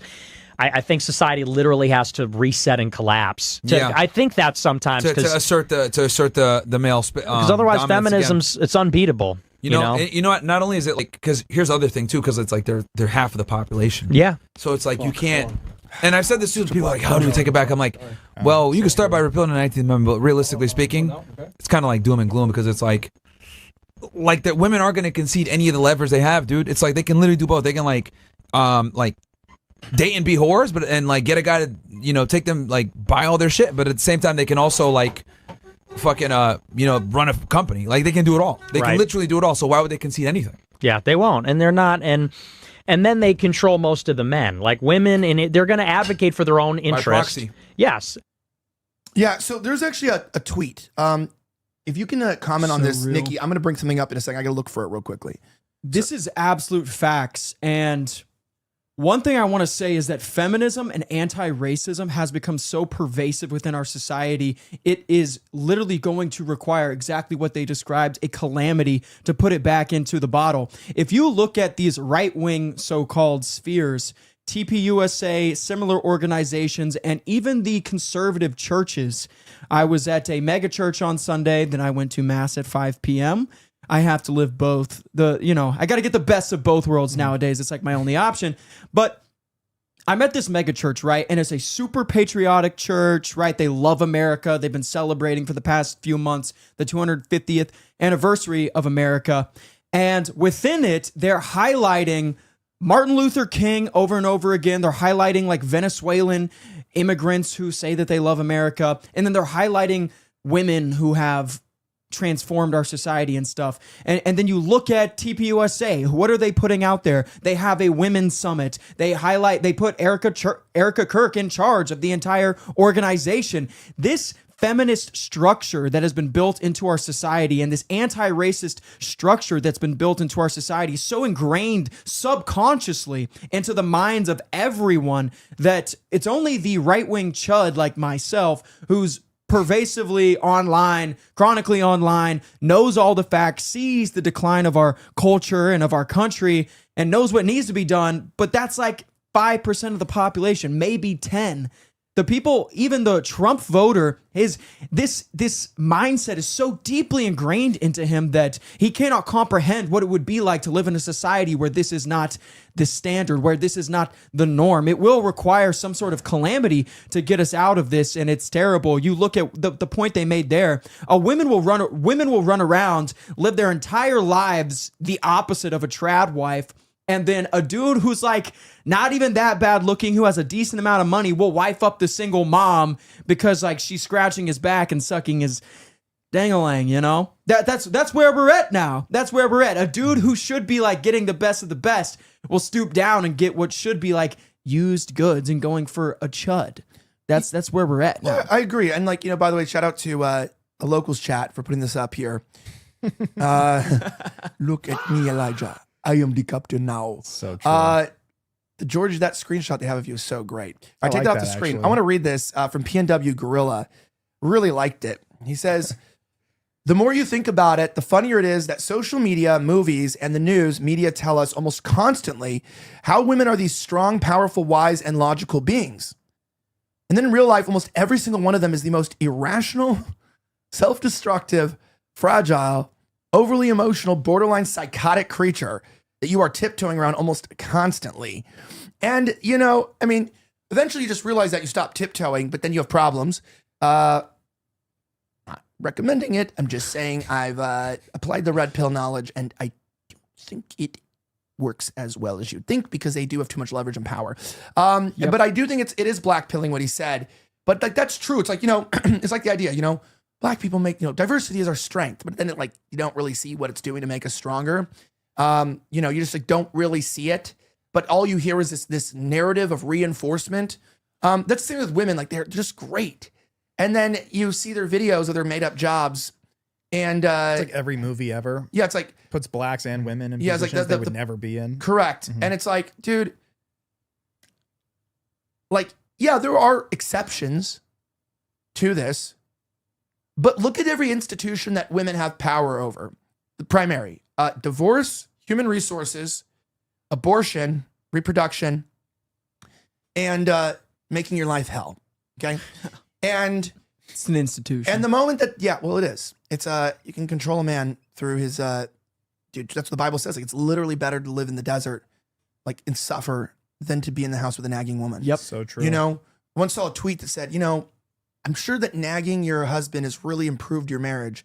Have you ever tried shutting the fuck up, answering the door in an apron and stilettos only, and just like making him a good meal? And in the words of the great Reverend Nicky Rudd, suck his dangling. God forbid. Maybe, God forbid, he might actually like you and might have some reason to, you know, stop going out drinking with his friends, or maybe he'll want to be around you. Maybe he'll want to. Maybe he'll want to go out more with the kids and the family. Maybe he'll want to be around. If the environment isn't toxic and negative, you know, and you know, I see these tweets, you know, like there's all of these Reddit posts coming out. And I just want to clarify, this is not in relation to my own personal life. People read everything through what they've read on the internet. This is just Reddit posts of like women talking about their divorce. It's been going everywhere right now, and like how it happened. And it's like it'll be like, look, I don't understand. Like my husband, like he just like makes these crude sexual comments about me. I read this one. It's like, we've been married for like 15 years. And we're very happy, but like he'll just come in and be like, hey, nice tits, and it just makes me feel gross. And I don't want to have sex with him. And like. Now I haven't been having sex with him for like 3 months. And he told me he's going to get a girlfriend. He like moved out now and he's like with a girl. And I don't understand how this happened. Why he couldn't just not objectify me. And all the women in the comments are like, exactly. We're not just pieces of meat and stuff. And you're like, you're upset that your husband of 15 years is sexually attracted to you. Like, look, I'm going to take her side here for a second. The women's side here to like, I get where they're coming from. Meaning as a woman, because you value connection, you know, more than sex, and you really break down the relationships where men. So I see so many funny tweets. It was like when you get a girlfriend and you realize you were just horny and now you have to listen to her. You know, you see these so like real. That's so true. Yeah. But like you see these things and it's like, look, if you ever dated bad bitches, they have this insecurity about them. And like, because every guy they're with is usually just with them because they got a rockin' body and they want to have sex with them. That's really what most men really do want. And women do want to feel loved and appreciated. That's why they whore themselves out till they're 30 and then find a loser to take them in. And it works every time. Yeah. As they should. Well, Chad Champion. Well, well, they do this thing. But, you know, if you ever date baddies, there is this constant insecurity they bring up with you. Like, you're just with me because I'm hot and young. Like, which is like partially true. It's like, yes. But also, like, you do become, I'm going to explain what this is. You do learn to appreciate and love them. And I saw this guy, he made a post and I didn't save it, but I summarized it like this. He goes, I am 40 and I've been with my wife since she was 22. Okay. And I think they were married for 10 years. So maybe he was 30, she was 22. So she's what, 32 now and he's 42 or something. Anyways, I don't exactly know the age. About a 10-year age gap. And he was like, my wife is as hot today or even hotter to me, she said to me, than she was when I married her. Here's why. And I thought it was gonna be a cuck post, but it wasn't. He was like, I came into a woman's life with money and stability and the ability to protect her. And she gave me her beauty and her youth. And she gave me like 3 beautiful kids, mothers them well. She doesn't nag me. Gives me whenever I need sex, she gives it to me. She does things to me that are unspeakable on the internet to say in front of my children and make me a very happy man. She cooks me great food. And, you know, she's older now. And she does look different after pregnancy than she did. And she doesn't look as young as she did because she's not. Mm-hmm. But a man, if you will give a man your youth and you don't make his life hell, he'll be willing to stick with you when you no longer have that youth and continue to give you that stability and support because he understands that, like, you know, he understands that beauty is fleeting and that this does change. I think what happens a lot of times is 2 things. Women just don't think that sex is very important in relationships. And once they get the relationship, they just don't understand that it's like when you see those videos at the World Cup of like a 60-year-old man like filming a girl's butt, like a 19-year-old's butt. It's like the man always has that dog in him. And if he doesn't, it's because he has hormone problems. Okay. And like with women, men are very simple. Men just want respect and sex. That's pretty much it. Yeah. And they'll give you their time, their energy. It's like before you say anything, it's like they just want respect and sex. And they'll take you to your stupid hobbies. They'll love you when you get old. They'll be around you. But the moment you think that men don't need those things, and you take for granted his time, his money, a divorce is going to happen. And I bring up those Reddit posts because what guys always say is like the ones where they're not divorced yet. You know, it'd be like a woman being like, I stopped having sex with my husband a year ago. When the man cuts out. Well, yeah, but last. No, but the men just check out. And they'll stay married, by the way. Yeah. Because if they have kids, they'll stay married. But women, because they have all these women around them that are like, you know, oh, you know, relationships are not just about sex. True. But for the man, it mostly is. And the relationship isn't just the man, but there is a very devaluing of men. And I think that there is a problem going on in our country to where women are so entitled that I was going to say, it's not just the sex. It's not always because they withhold it. Women oftentimes get ugly, like on purpose. You know, they say even an old barn needs new paint. Like they don't wear makeup anymore. They don't wear sexy clothes. They get fat. That's the worst one. Yeah, the fat is the worst one. And they don't care. And you know, I don't know about you, but there's some old couples I know. I just met one. This is not inappropriate because I was talking to the pastor about it. I visited a church and I talked to the pastor, a Protestant church. And he takes care of himself. He's, you know, a handsome guy, no homo. And his wife, I was like, oh, that's my wife over there. And I could tell she's older, probably like 60. But she looked hot, respectfully. Megyn Kelly? Good. Yeah, like Megyn Kelly. She's like 55, 58. Looks very, very good. So hot. And I told her, I'm like, you know, thanks for being an example, not just like in your morality and your choice of life. Thanks for like not being a fat, ugly pastor. And your wife, she wasn't provocative, wasn't, you know, a whore or anything like that. You know, your wife, you can tell she respects you. And he's like, why? I was like, because she remained beautiful. And he was like, oh, thank you for that. I appreciate that. I was like, respectfully, man, I'm not checking out your wife, but like, you know, he's a very successful guy. I'm not going to give details. The CEO of a company, and he does pastoring on the side. I'm like, the fact that she knows that sexual beauty is still important to you as a 60-year-old man, that you still want your wife to be beautiful, you know, really does show a lot. I don't need you to preach to me. I can tell that your marriage is good. And he's like, yeah, we have grown adults. They're all respectful. They're still in our lives. And I was like, you know, you both did it. And I'm going to say this to the men too. Stop getting fat and ugly.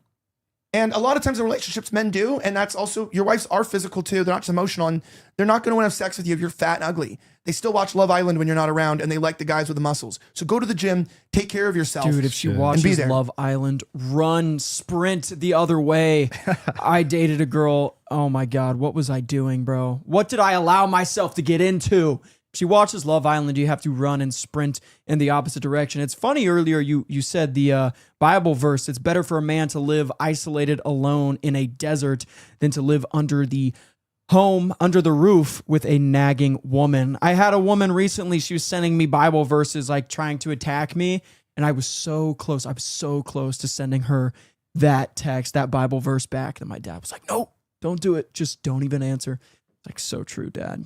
So I would true. send her That the makes one them that that says, makes them more angry if you just don't even give them anything back, if you don't feed into the energy. But all these women in the 21st century, they are nagging women. They You gotta are send the them one that definition says, of that. Do not teach men. Go home and ask your husband. Wife. Yeah. Don't go home and ask your wife. No. It's go home if you're confused about something. Don't talk in church. Go home and ask your husband. And also you have no authority to teach men. Well, and look, and this is what I learned from women experience. forget that one a lot, especially Christian women. They love nagging men, especially Christian women. Like that's a big problem, and they don't seem to understand that part. Look, and I'm going to say this with all due respect, with all failed relationships and divorces, especially which are terrible, and worst losers are the children always. I'm not going to go down a huge divorce. I'm not talking about my personal life in any detail. What I was going to say is I know from my own failures in life that oftentimes the things that trigger a divorce or a broken relationship are not what caused it. I hate to say that. They're symptoms of a bigger problem. And I'm not justifying anything, that I've done that's less than perfect in my last marriage or anybody's problems, girls or boys. I'm not justifying the things they do. But sometimes we're focused on the bad things that are happening and we don't really ask why they're happening. Is it character defect? Is it immaturity? Is it spiritual immaturity? Is it a lack of understanding?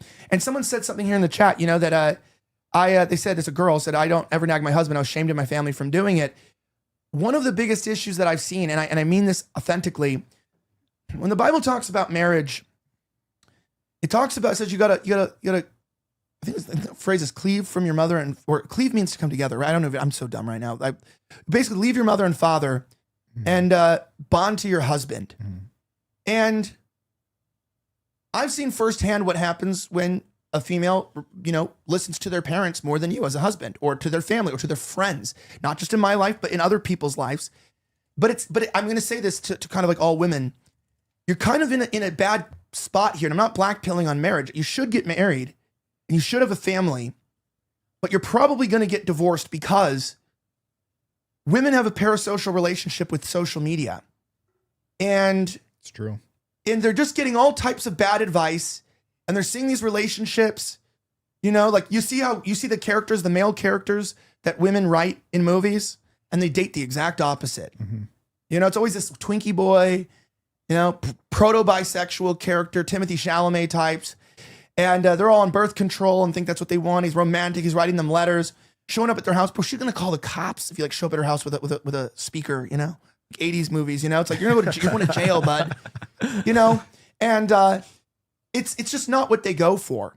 And so, one day, years down the road, I'll probably talk about what I learned from my own mistakes and from people, probably have people on to talk about it. Because I think what we can learn now is, I don't think marriage, of the institution of marriage, is broken. I just think society is, and we are as people. And I just don't think that we are really capable of upholding such a sacred institution until we change not just who we are as people, but who we are as a society. Because I'm going to tell you, I've seen men who don't cheat, they don't steal, they don't lie, they don't drink, they're hardworking men, and their wives still cheat on them with their boss and leave them. And I've seen the same with women and men. I've seen around here. We're not really confident with who we are as people. We don't really know what we need, and we don't know how to stick things through. Because quite frankly, our relationship with God is broken. And that's really what it is. The female that wrote earlier said, females in any position over men are a real problem, unless it's reverse cowgirl. So true. So true. So great. Based. Absolutely. So great. No, but it's broken. And I think because of the sort of lies and things that have been put out about me, people assume that I'm not aware of these things. And I'm like some crazy guys running around on drugs, doing crazy stuff. But the reality is I do sit here as a man and I think about something important when I look at society, not just marriage, but everything.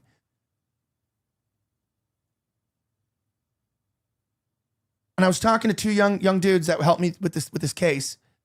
They both kind of just didn't know where to go, what to do, and they were really lost. They were asking me I don't think you want to ask me about where you should go and what you should do in life. And they're going where, what do I do? Where do I go? What do I become?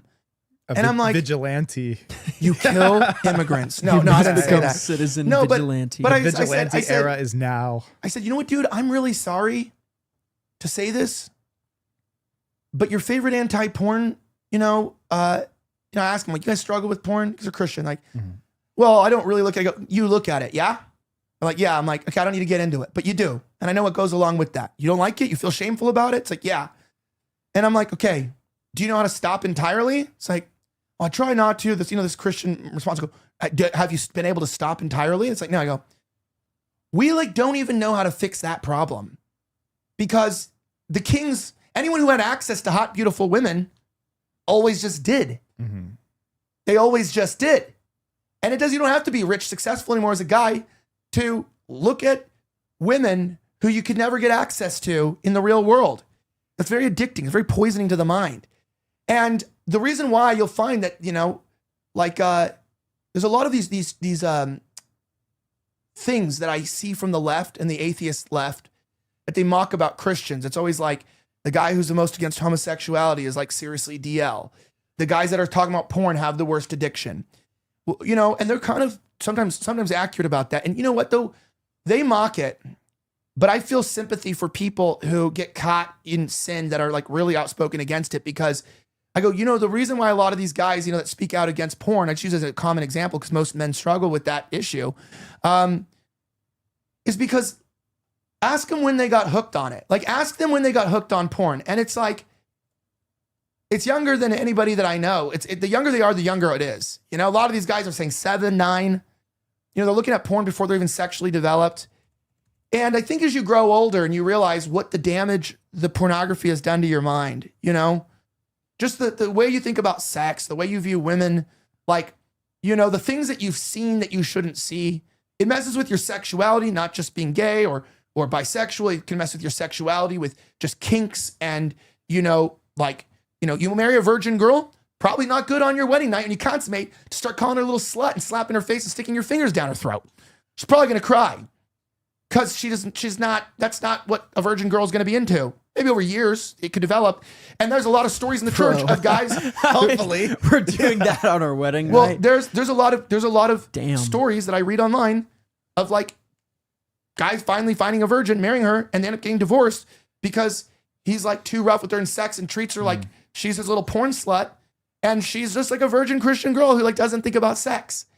And so I warn you as a guy, it's like, you're like, oh, you're a degenerate and you want to go marry a virgin? It might not work out because what you're expecting from the marriage is not what you're going to get.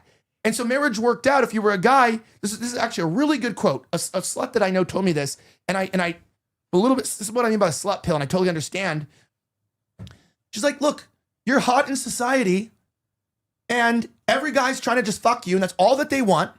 And you're not allowed to get married till what? You're 30 or something now? Like guys don't want to get married till like 30. And when you're young, nobody's proposing to you. They all just come to you and they're like, let me fuck you. And guys you like the attention, you're immature, you're young, you're dumb, and they want to fuck you or whatever. And so you fuck. But you know what? If I'd gotten married at 14 and they showed me like, I looked like this at 14, they didn't show me like any inappropriate pictures. Just like, look, I looked similar than I look now. And it's like, yeah, that you do look kind of the same age at 20 in your 20s that you look there. It's like, well, I was hot there too. And if I was allowed to be hot and get married and somebody married me and I could just be a little slut for my husband, and maybe I am a real sexual person, I could just be sexual for him. I'm not a cheater. I've never cheated on a boyfriend, whatever. Then I wouldn't be a whore. I wouldn't be a slut basically, because what do you expect hot girls to do? It's like you're in a society that values sex and sex alone. Of course, and you don't have your agency. You can either be a liberal and like become an HR worker and lord over men, or you can use what God gave you, which is your hotness to get what you want, nice things, and get taken care of. And it's like your power. It's like being born 6'5" Chad with rich parents. It's like the same thing for a woman born beautiful. It's like the world is given to you. And I mean by slut, people say, yeah, I get it. I get why all the girls are sluts. Like I just totally understand it, and it makes a lot of sense to me. It's like, what do you expect beautiful girls to run around and drink in society and not get fucked by a bunch of guys? I'm being serious. It's like that's why I'm saying you're siding with them. Don't hold them accountable. It's like, no, I'm saying a society like that will literally it's like the chances of you not becoming a slut in that society are like 0%. And then there's all this sexually repressed young men that like expect women to flip the switch and become trad and become Christian. It's like Nick, we watched that clip earlier. Nick is right. that genie is not going back in the bottle. And so at some point, you do kind of have to accept reality. Like, the women are whores. Almost all of them, they live in this echo chamber online. They're constantly comparing themselves to women like Kim Kardashian and Kylie Jenner and, you know, the works, the Love Island girls. And it's like, that is the reality that we live in. And at some point, you're going to have to get married as a man. At some point, you're going to have children, hopefully. And for the most of us out there, many of us learned this the hard way through actually Riff TV, as funny enough. You know, the trad women do not exist. And if they do exist, there's definitely not enough of them to go around for all of us, okay? And so at some point, you do kind of have to just take the blue pill and marry the, you know, maybe not the OnlyFans whore, but the party girl that's at the EDM shows and, you know, throwing her ass out to Tyrone. This is not a personal story at all.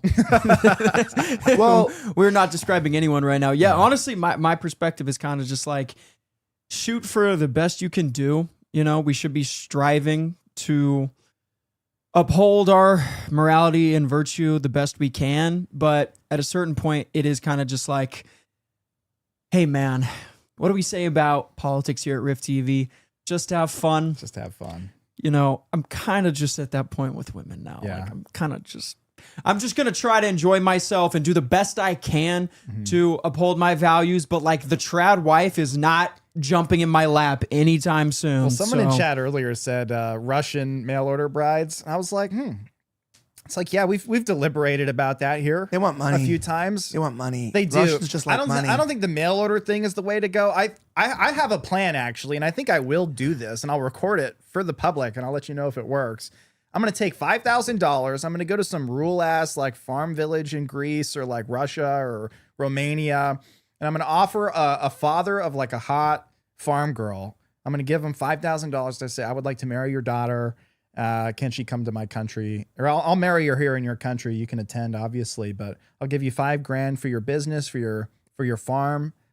I will take your daughter off your hands and marry her. Georgie's fantasy. And I think that's the move, boys. I think that's what we have to do.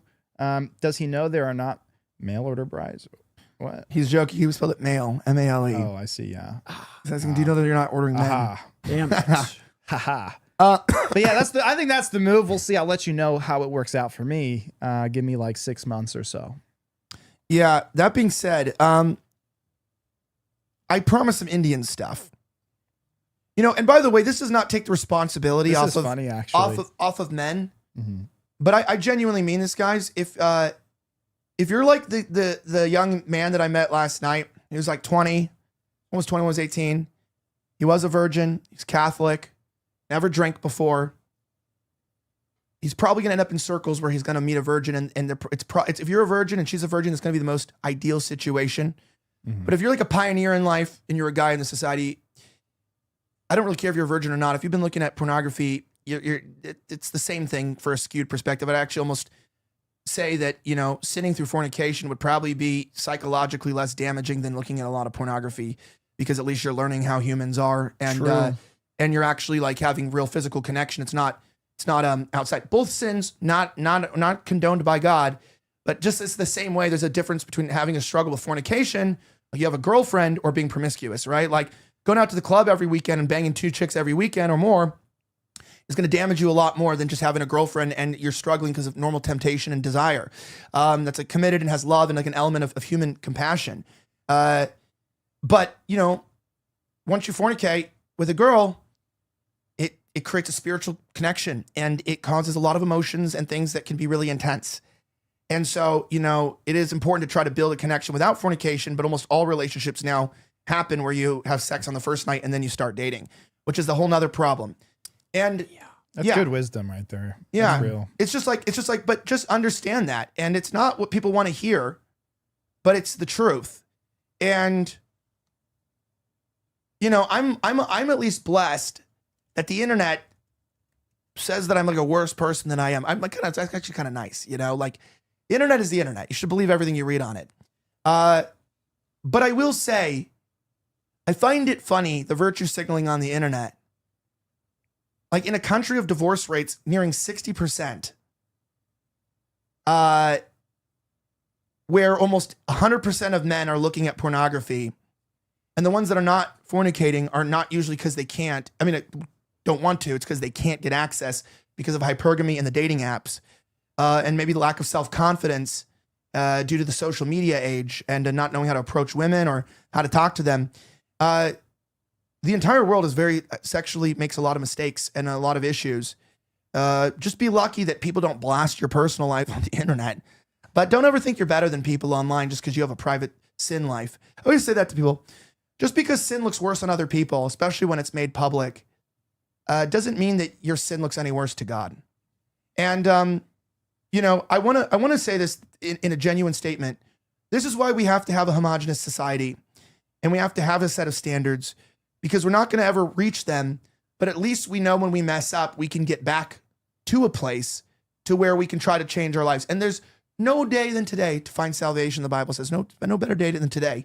And you're not defined by your mistakes in your past. And, I've seen a lot of people get divorced and be very happy in their second marriage. And I've seen people go through 4 marriages and never find happiness. And I'd say that's a you problem. If you're 4 marriages, then you probably have a problem. It's you. But if you make a mistake, and it's one of you just got out of a bad relationship, I know too, and you're feeling like, life's never going to change, just leave you on this. Life is full of hills and valleys. And sometimes the valley is the shadow of death. And you are fearing evil because you're not walking with God and God's not with you. But the Bible says that in the valley of the shadow of death, I will fear no evil, for you are with me. Your rod and your staff comfort me. And sometimes even if you get yourself into the valley yourself, just remember there's always a hill on the other side and you can be a steep climb, but you can get back up to a good point in your life at any point. And never let your family, your friends, or the devil or women keep you from refining who you are. Eventually your cup will overflow. Yes. However, there are some people that I do not believe have any chance here. And this is a great segue. And that would be Indians never cease to amaze me with avoidable deaths. I don't like to mock death. I don't like death. I don't like play past the spoiler part of the clip because it plays this part later. There we go, right here. Good. Okay, so this man wanted to prove he could fly. He was blessed to fly in front of people.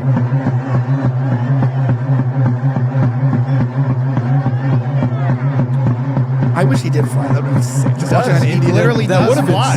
He literally does. It's putting weights straight to hell. Dude, this is crazy. This is human sacrifice. Well, it's self-sacrifice to the devil.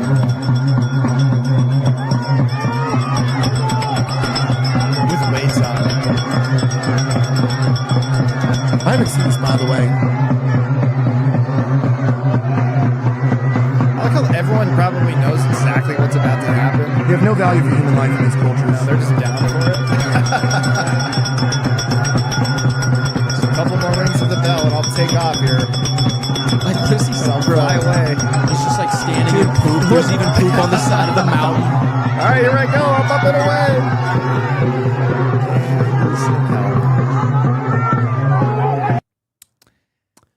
GG's. But what if, think about this. It was a good run. What if he did fly? We're all becoming Hindu. What if he was like 10 bells short? Like we don't know. Like what if Just Vishnu, 3 more rings of He the wasn't bell, heavy bro. enough around his neck. Yeah. What if Every time Vishnu, a bell rings, an angel gets its wings. True. He just wasn't the one. Yeah. He should have had a Red Bull. Just wasn't him. He was one Red Bull short of a flight. And True. And I gotta say, like, but like, what if, like, to the Indians, you should keep trying to do this because, like, what if Vishnu preferred 57 bells and he only hit 47? Maybe we should just go up in increments of 10 and try again. Okay, somebody new, heavier weights, more bell rings until we get it. Until we get there. Until we get through everybody in the country. I think we try the whole nation at this one. I like. We have this a billion one. tries. So, and I don't want to mock a dead person, but you do have to mock stupidity. It's just like, are you? Person, air quotes. Yeah, it's just had to throw that in there. What is up with Indians and avoidable deaths? I don't know. It's crazy. But you worship demons for 1,000 years and you do stupid stuff. And we're importing these people, to our country. And they're all over. They're everywhere. Trains in Mumbai, carriages in Central Park in New York City, avoidable deaths left and right. I don't know what's going on. There's another one that ties into the video we just watched. If you want to load it up here. Give me 1 second. I was reading a couple things from the chat. By the way, Zesty8 said passport bros only for European countries. Well, Eastern European is you're gonna have better luck. Doomsday said, "Good luck out there, fellas." They're all whores in Western Europe. Yeah, just like here. So Looter said the only right way to approach Foids is be Chad or have drugs. It's true. If you ever have a bump, you have a lot of hot girls trying to be around you. Can I just get one more bump, please? Dude, when I went to Spain, people do that. That's a real thing. You know what's funny? You just made this point, so I'll talk while you can find your thing. But what's funny is that Elijah always talks about like you got to be tall, and typically that is true. But if you mog, if you're ugly, you can make up for it. When I was in Spain, not this spring break of my senior year of college, but junior year, I went to Madrid, Spain, with a few of my buddies, and you go. Their clubs are open till 6 a.m., which is crazy for the American minds, at least from Dallas. Everything closes at 2, except for the after clubs, which are really hard to get into. Anyways, I'm in Madrid, and we're at this one spot. It was an Irish-themed bar. There were no Irish people, but I'm there, and it's this Dutch girl, this blonde hair, blue-eyed, super hot Dutch girl, and all her Dutch, they're super tall, like the Scandinavian Nordic peoples. They're all super tall. She was like maybe 2-3 inches shorter than me. So she was like 5'6" or something like that. And all her male friends were like 6'2", 6'3" at least. And, but they were all uglier than me. And so I'm surrounded by these guys. It's like me and my one buddy, and they like left because the girl was obviously into me. And all the dudes were like so mad. All her male friends were so pissed that she was all over me. We ended up going back to her place, whatever. Don't need to get into that. But that was like a little bit of a white pill for me. It's like, dude, if you can just find a way to mog, if you need the looks max, then looks max. If you can find a way to mog, you can be a 5'9" man, and you can outcompete. You can outcompete the 6'4" Nordic Aryans. Cheaper than peptides for their women. $50 for a gram of coke. I'm just gonna get some cocaine. $50 for a gram of coke. Carry it on a little spoon and go up to the blondes and go, "You want a bump?" Yeah, way easier. Well, she takes me back to their place, and like all the dudes were also, it was like a 6-bedroom, very small, but like 5-6 bedroom apartment. And all the dudes were like pissed sitting in their rooms. And I'm like over here with the girl in her room. And she was actually an online, it might have been dual, but she was an online like gambling poker hostess. That was her job in Denmark. Wow. And, yeah, we were hanging out. We had a good time. I have some pictures with her. I'll show you guys later. Well, not inappropriate. Not inappropriate. I don't want to see them then. No, they're not. Okay. Well, sorry to disappoint, but it was just pictures of me and her. You want to see a hot girl with clothes on? Thanks. I can go walk outside. Thank you, bro. Oh, my bad. Appreciate it, bro. Yeah, my bad. A fully clothed hot girl. I thought we were like, close. Wow, that's crazy. I thought we were close. By the way, Filter said, which is actually true. He said hump for a bump, but they call it hump and bump. That's actually what it's called. It's just or bump and hump. Actually, hump. Didn't know that. Yeah. It's a bump and hump. Go around with a bag. Not that I've ever done that or would do that, but get a bag. You don't have to use don't use drugs. I don't promote cocaine use. Well, don't if use anyone it. in chat has a plug, made up Georgie. That's a joke. Yeah. So that was a very successful but hit me trip up on to Twitter, Madrid. But hit me up on Twitter. Very but I'm successful. joking. HMU, Georgie. Yes. Check this out. So I guess this is another Indian festival. This is to bring back the life of the man who jumped over the mountain. They were trying to summon him back in this strange ceremony with fire. Wait, this is actually for that guy? Yeah, this is real. Crazy. Check this out. They were trying to summon him back because they felt like he needed to ring the bell a couple more times. And as you can see, I love how they think they're just being like cursed by God. They're just not doing enough. Oh my God. Oh my God. Needless to say, they did not summon him back. No one saves him. It was a pit of fire and he got oh my dude, immediate. Yeah, just leave it on that still image. I think it's hilarious because in their mind, every time, it's because they haven't done enough. They didn't pray hard enough. They didn't ring the bell enough. They did not smear themselves in enough cow poop in order to bring him back. Wearing cotton clothes to run over fire. Yeah, it's never like a consequence of their own stupidity, of their own retarded actions. It's actually because they didn't save enough cows and rats. I think he poured oil on himself before he ran like some sort of that looks like a combustion flame, not like clothes. Because that was a like That was like an explosive. Let's watch flame. it. Let's watch it one more time. Okay. I just want to see if the guy did come back. No, it didn't. I don't see him. Like that's not a normal flame. That's a combustion. Well, it might be that the coals have been going so long that when it gets disturbed and all the oxygen goes in, That's the true. pops up. That could have also been a combustion agent that also Could sucked be. the oxygen. And yeah, I'm saying, I wouldn't doubt that they poured like holy oil on him before he went in. So moral of the story, It's just guys. gasoline. Moral of the story, guys. Holy oil. You're only 10 bells away from true flight. Yes. And And some then you people can be summoned back to life. So. Some people don't need to wait to go to hell to burn in eternal flames. They just choose to make their life hell on earth and do it for all of us to watch. And the amount of these videos that are on the internet are just, it's gruesome. Never quit, never give up. Yeah, but maybe if they try one more time, maybe there's the wrong oil. One more bell. Maybe if he burned because he didn't ring the bell. He didn't ring the He bell. I forgot didn't to see ring any the bells at bell. the beginning of that. That's what it was. As they say, So sad. not everybody makes it out alive, but eventually you'll be saved by the bell. One more prayer to Vishnu. They have a would've done billion it. more tries. So We need to also, once Run we it finish back. with India, we need to go to Haiti and try these at a few other countries and see if it works. Yeah, Okay. We should us in Frisco. We should just dig a big pit and see who can run across it faster. So, real. all right. I think we might wrap up there today. Except for, I guess, one more thing. I guess one more video.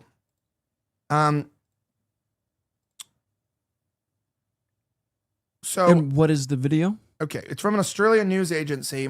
Her name is Verena Brunschwager. Brandon Gutschwanger's the guy who filmed the first video we watched today. It's his sister here. I don't know. It's not the same name. Yeah, I don't know. German last name. Real smart. If you were a society and you wanted to keep your bloodline alive, but you wanted to blend into people's countries, what would you do? You'd make it maternal so that women could take on the names of people who are not from your group so that you can blend in. You just have, a German last name, an Austrian last name, whatever, and in the country. That's pretty smart. That would be evil if a group did that and then claimed victim while taking our resources. But I guess she's one of those people. And she has not Christian.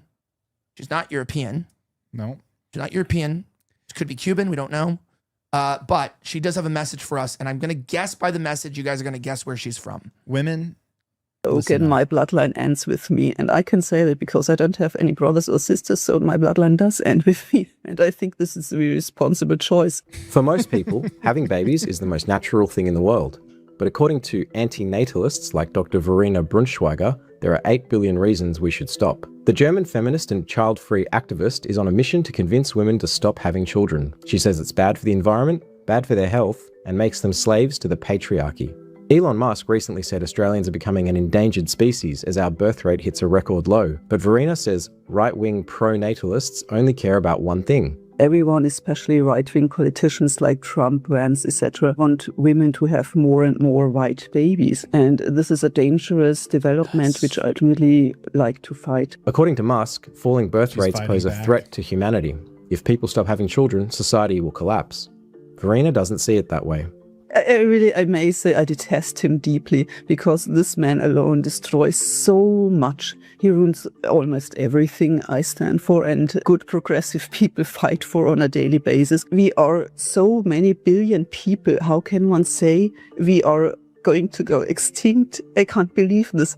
And well, no, the good people are going extinct. The brownoids are not going extinct. In fact, the world's going to be like completely brown if we don't do something about birth rates. And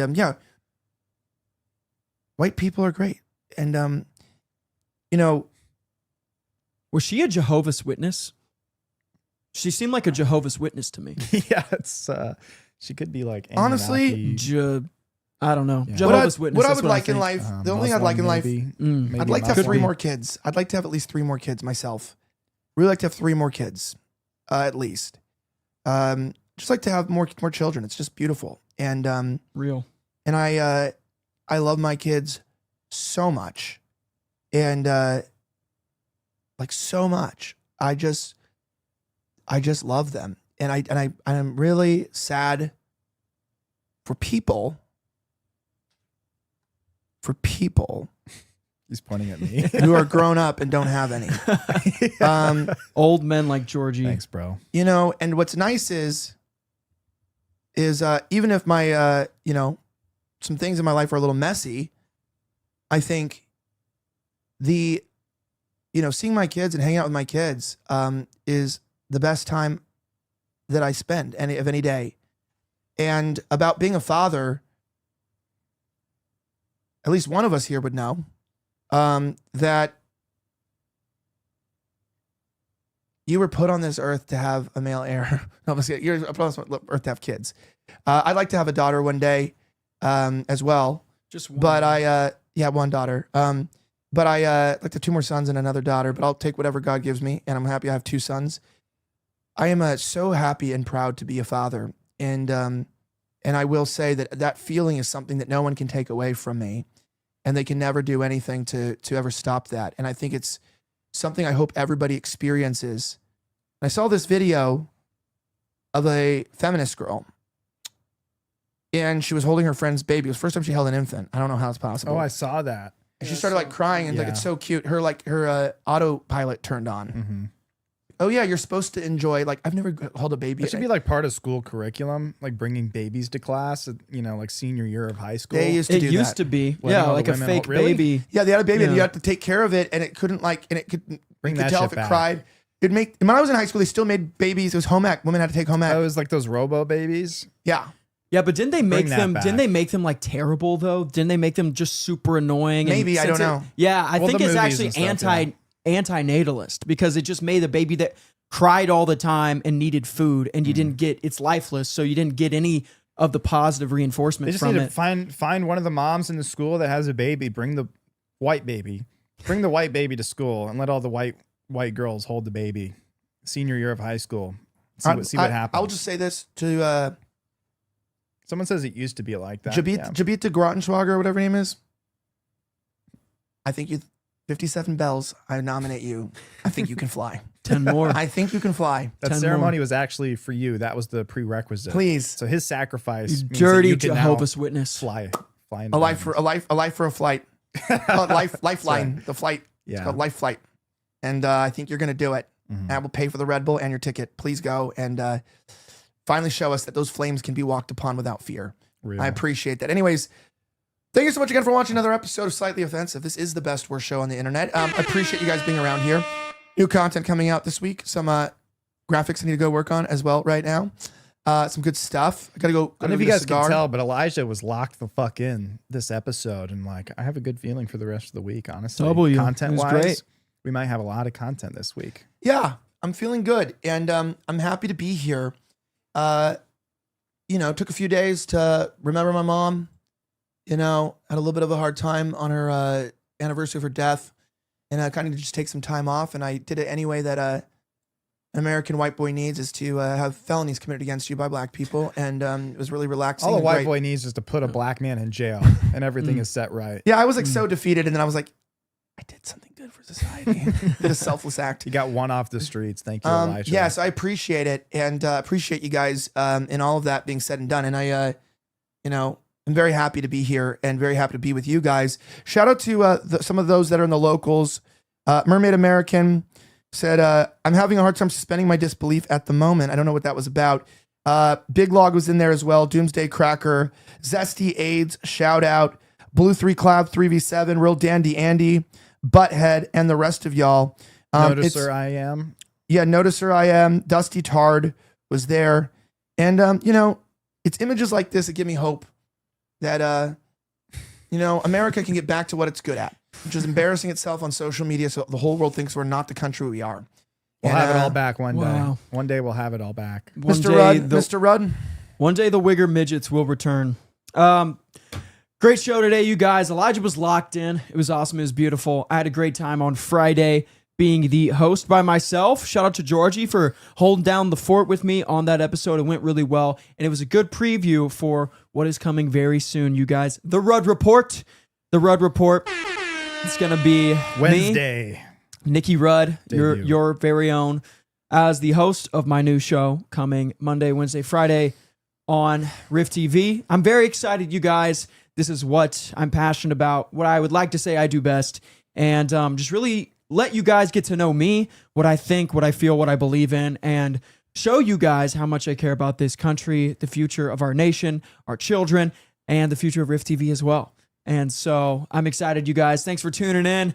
Had a lot to talk about. Haitians running wild as usual, but we're going to restore America and bring back Wigger midgets. Thank you, guys. Yeah, and quick shout out to our Clippers, US_Monarch on Twitter, and Groyper Firestick. I believe it's spelled GRYPR Fire STIK. As well as Nicholas Redman. He writes for our website, so thank you to Nicholas. And like I said in the beginning of the show, if you want to get involved with Rift in any way, I'm the person to hit up for that on Twitter at SithLordGroiper. Thank you all for watching. I'm excited for the Rudd Report next week. The scheduling, we may, it may be a variable for the next couple of weeks until we find something that works for everybody and it fits well and we feel like it's, a good use of everyone's time and it's enjoyable to the audience. But it is coming. I'm excited for it. And thanks for joining us again.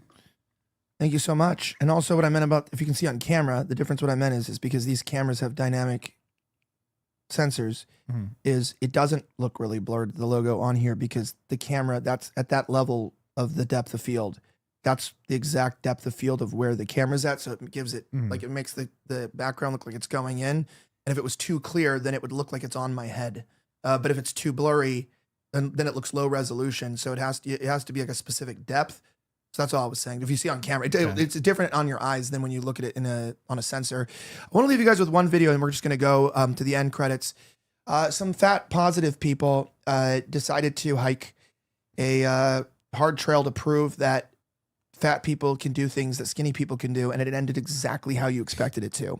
Hi, I'm Chelsea. This is me before hiking the Mist Trail in Yosemite. Hi, I'm Becky, and this is me before hiking the Mist Trail in Yosemite. Hi, one of the hardest trails, by the way. Before hiking the Mist Trail. I wonder if I could do it right now. Hi, this is Christina. This is me before hiking the Mist Trail. Hi, I'm Katie, and this is me before hiking the Mist Trail at Yosemite. Hi, I'm Gabby, and this is me before the Mist Trail hike in Yosemite National Park. I'm Jamie, and this is me before hiking the Mist Trail. Hi, I'm Cass, and I feel terrific. This is me before the trail. I'm Phil. This is me before the Mist Trail. Hi, I'm Grace, and this is me bitches. hiking a trail. I mean, before I hike a trail. Hypergamy, bro. Oh my God. He made it. Phil made it. Go, Phil. Search and rescue? She's just spinning. The helicopter crashes. You got it, Grace. Dude, she just starts like rapidly spinning in the air. You see yak falling. Yeah, do you know how much like from the sky? That fuel costs and stuff? Your obesity just cost the taxpayers a bunch of money. That was $300,000 to get you back to civilization. Probably was like 50 grand at least just to like save her, you know? That's and insane. Just natural selection. We got to stop this, guys. Let it go. Let it go. Let it go. Dude, it's like crazy. It's like a black person, a bunch of black people showing you themselves swimming across the English Channel. And Shane Gillis had a quote that made me laugh about like just how people like don't like they're overconfident. He was like, he asked a black guy on a show or in the crowd. He's like, you know how to swim? And he's like, yeah, or whatever. He goes, okay, well, because I hang out with you people sometimes on my boat. And 5 drinks in, you guys get overconfident that you guys can like swim, and you're just hanging on the side of the boat. Like, help me, help me, let me back up. It's like you jump into the water. Like, do you know how to swim? And it's like, yeah, dude. Like, you know, people are a little overconfident today. But like you said, holy hypergamy there. Holy hypergamy. What a life. What a life we live. Appreciate you guys all. Have a great rest of the night, and may God bless the United States of America. I'm signing out.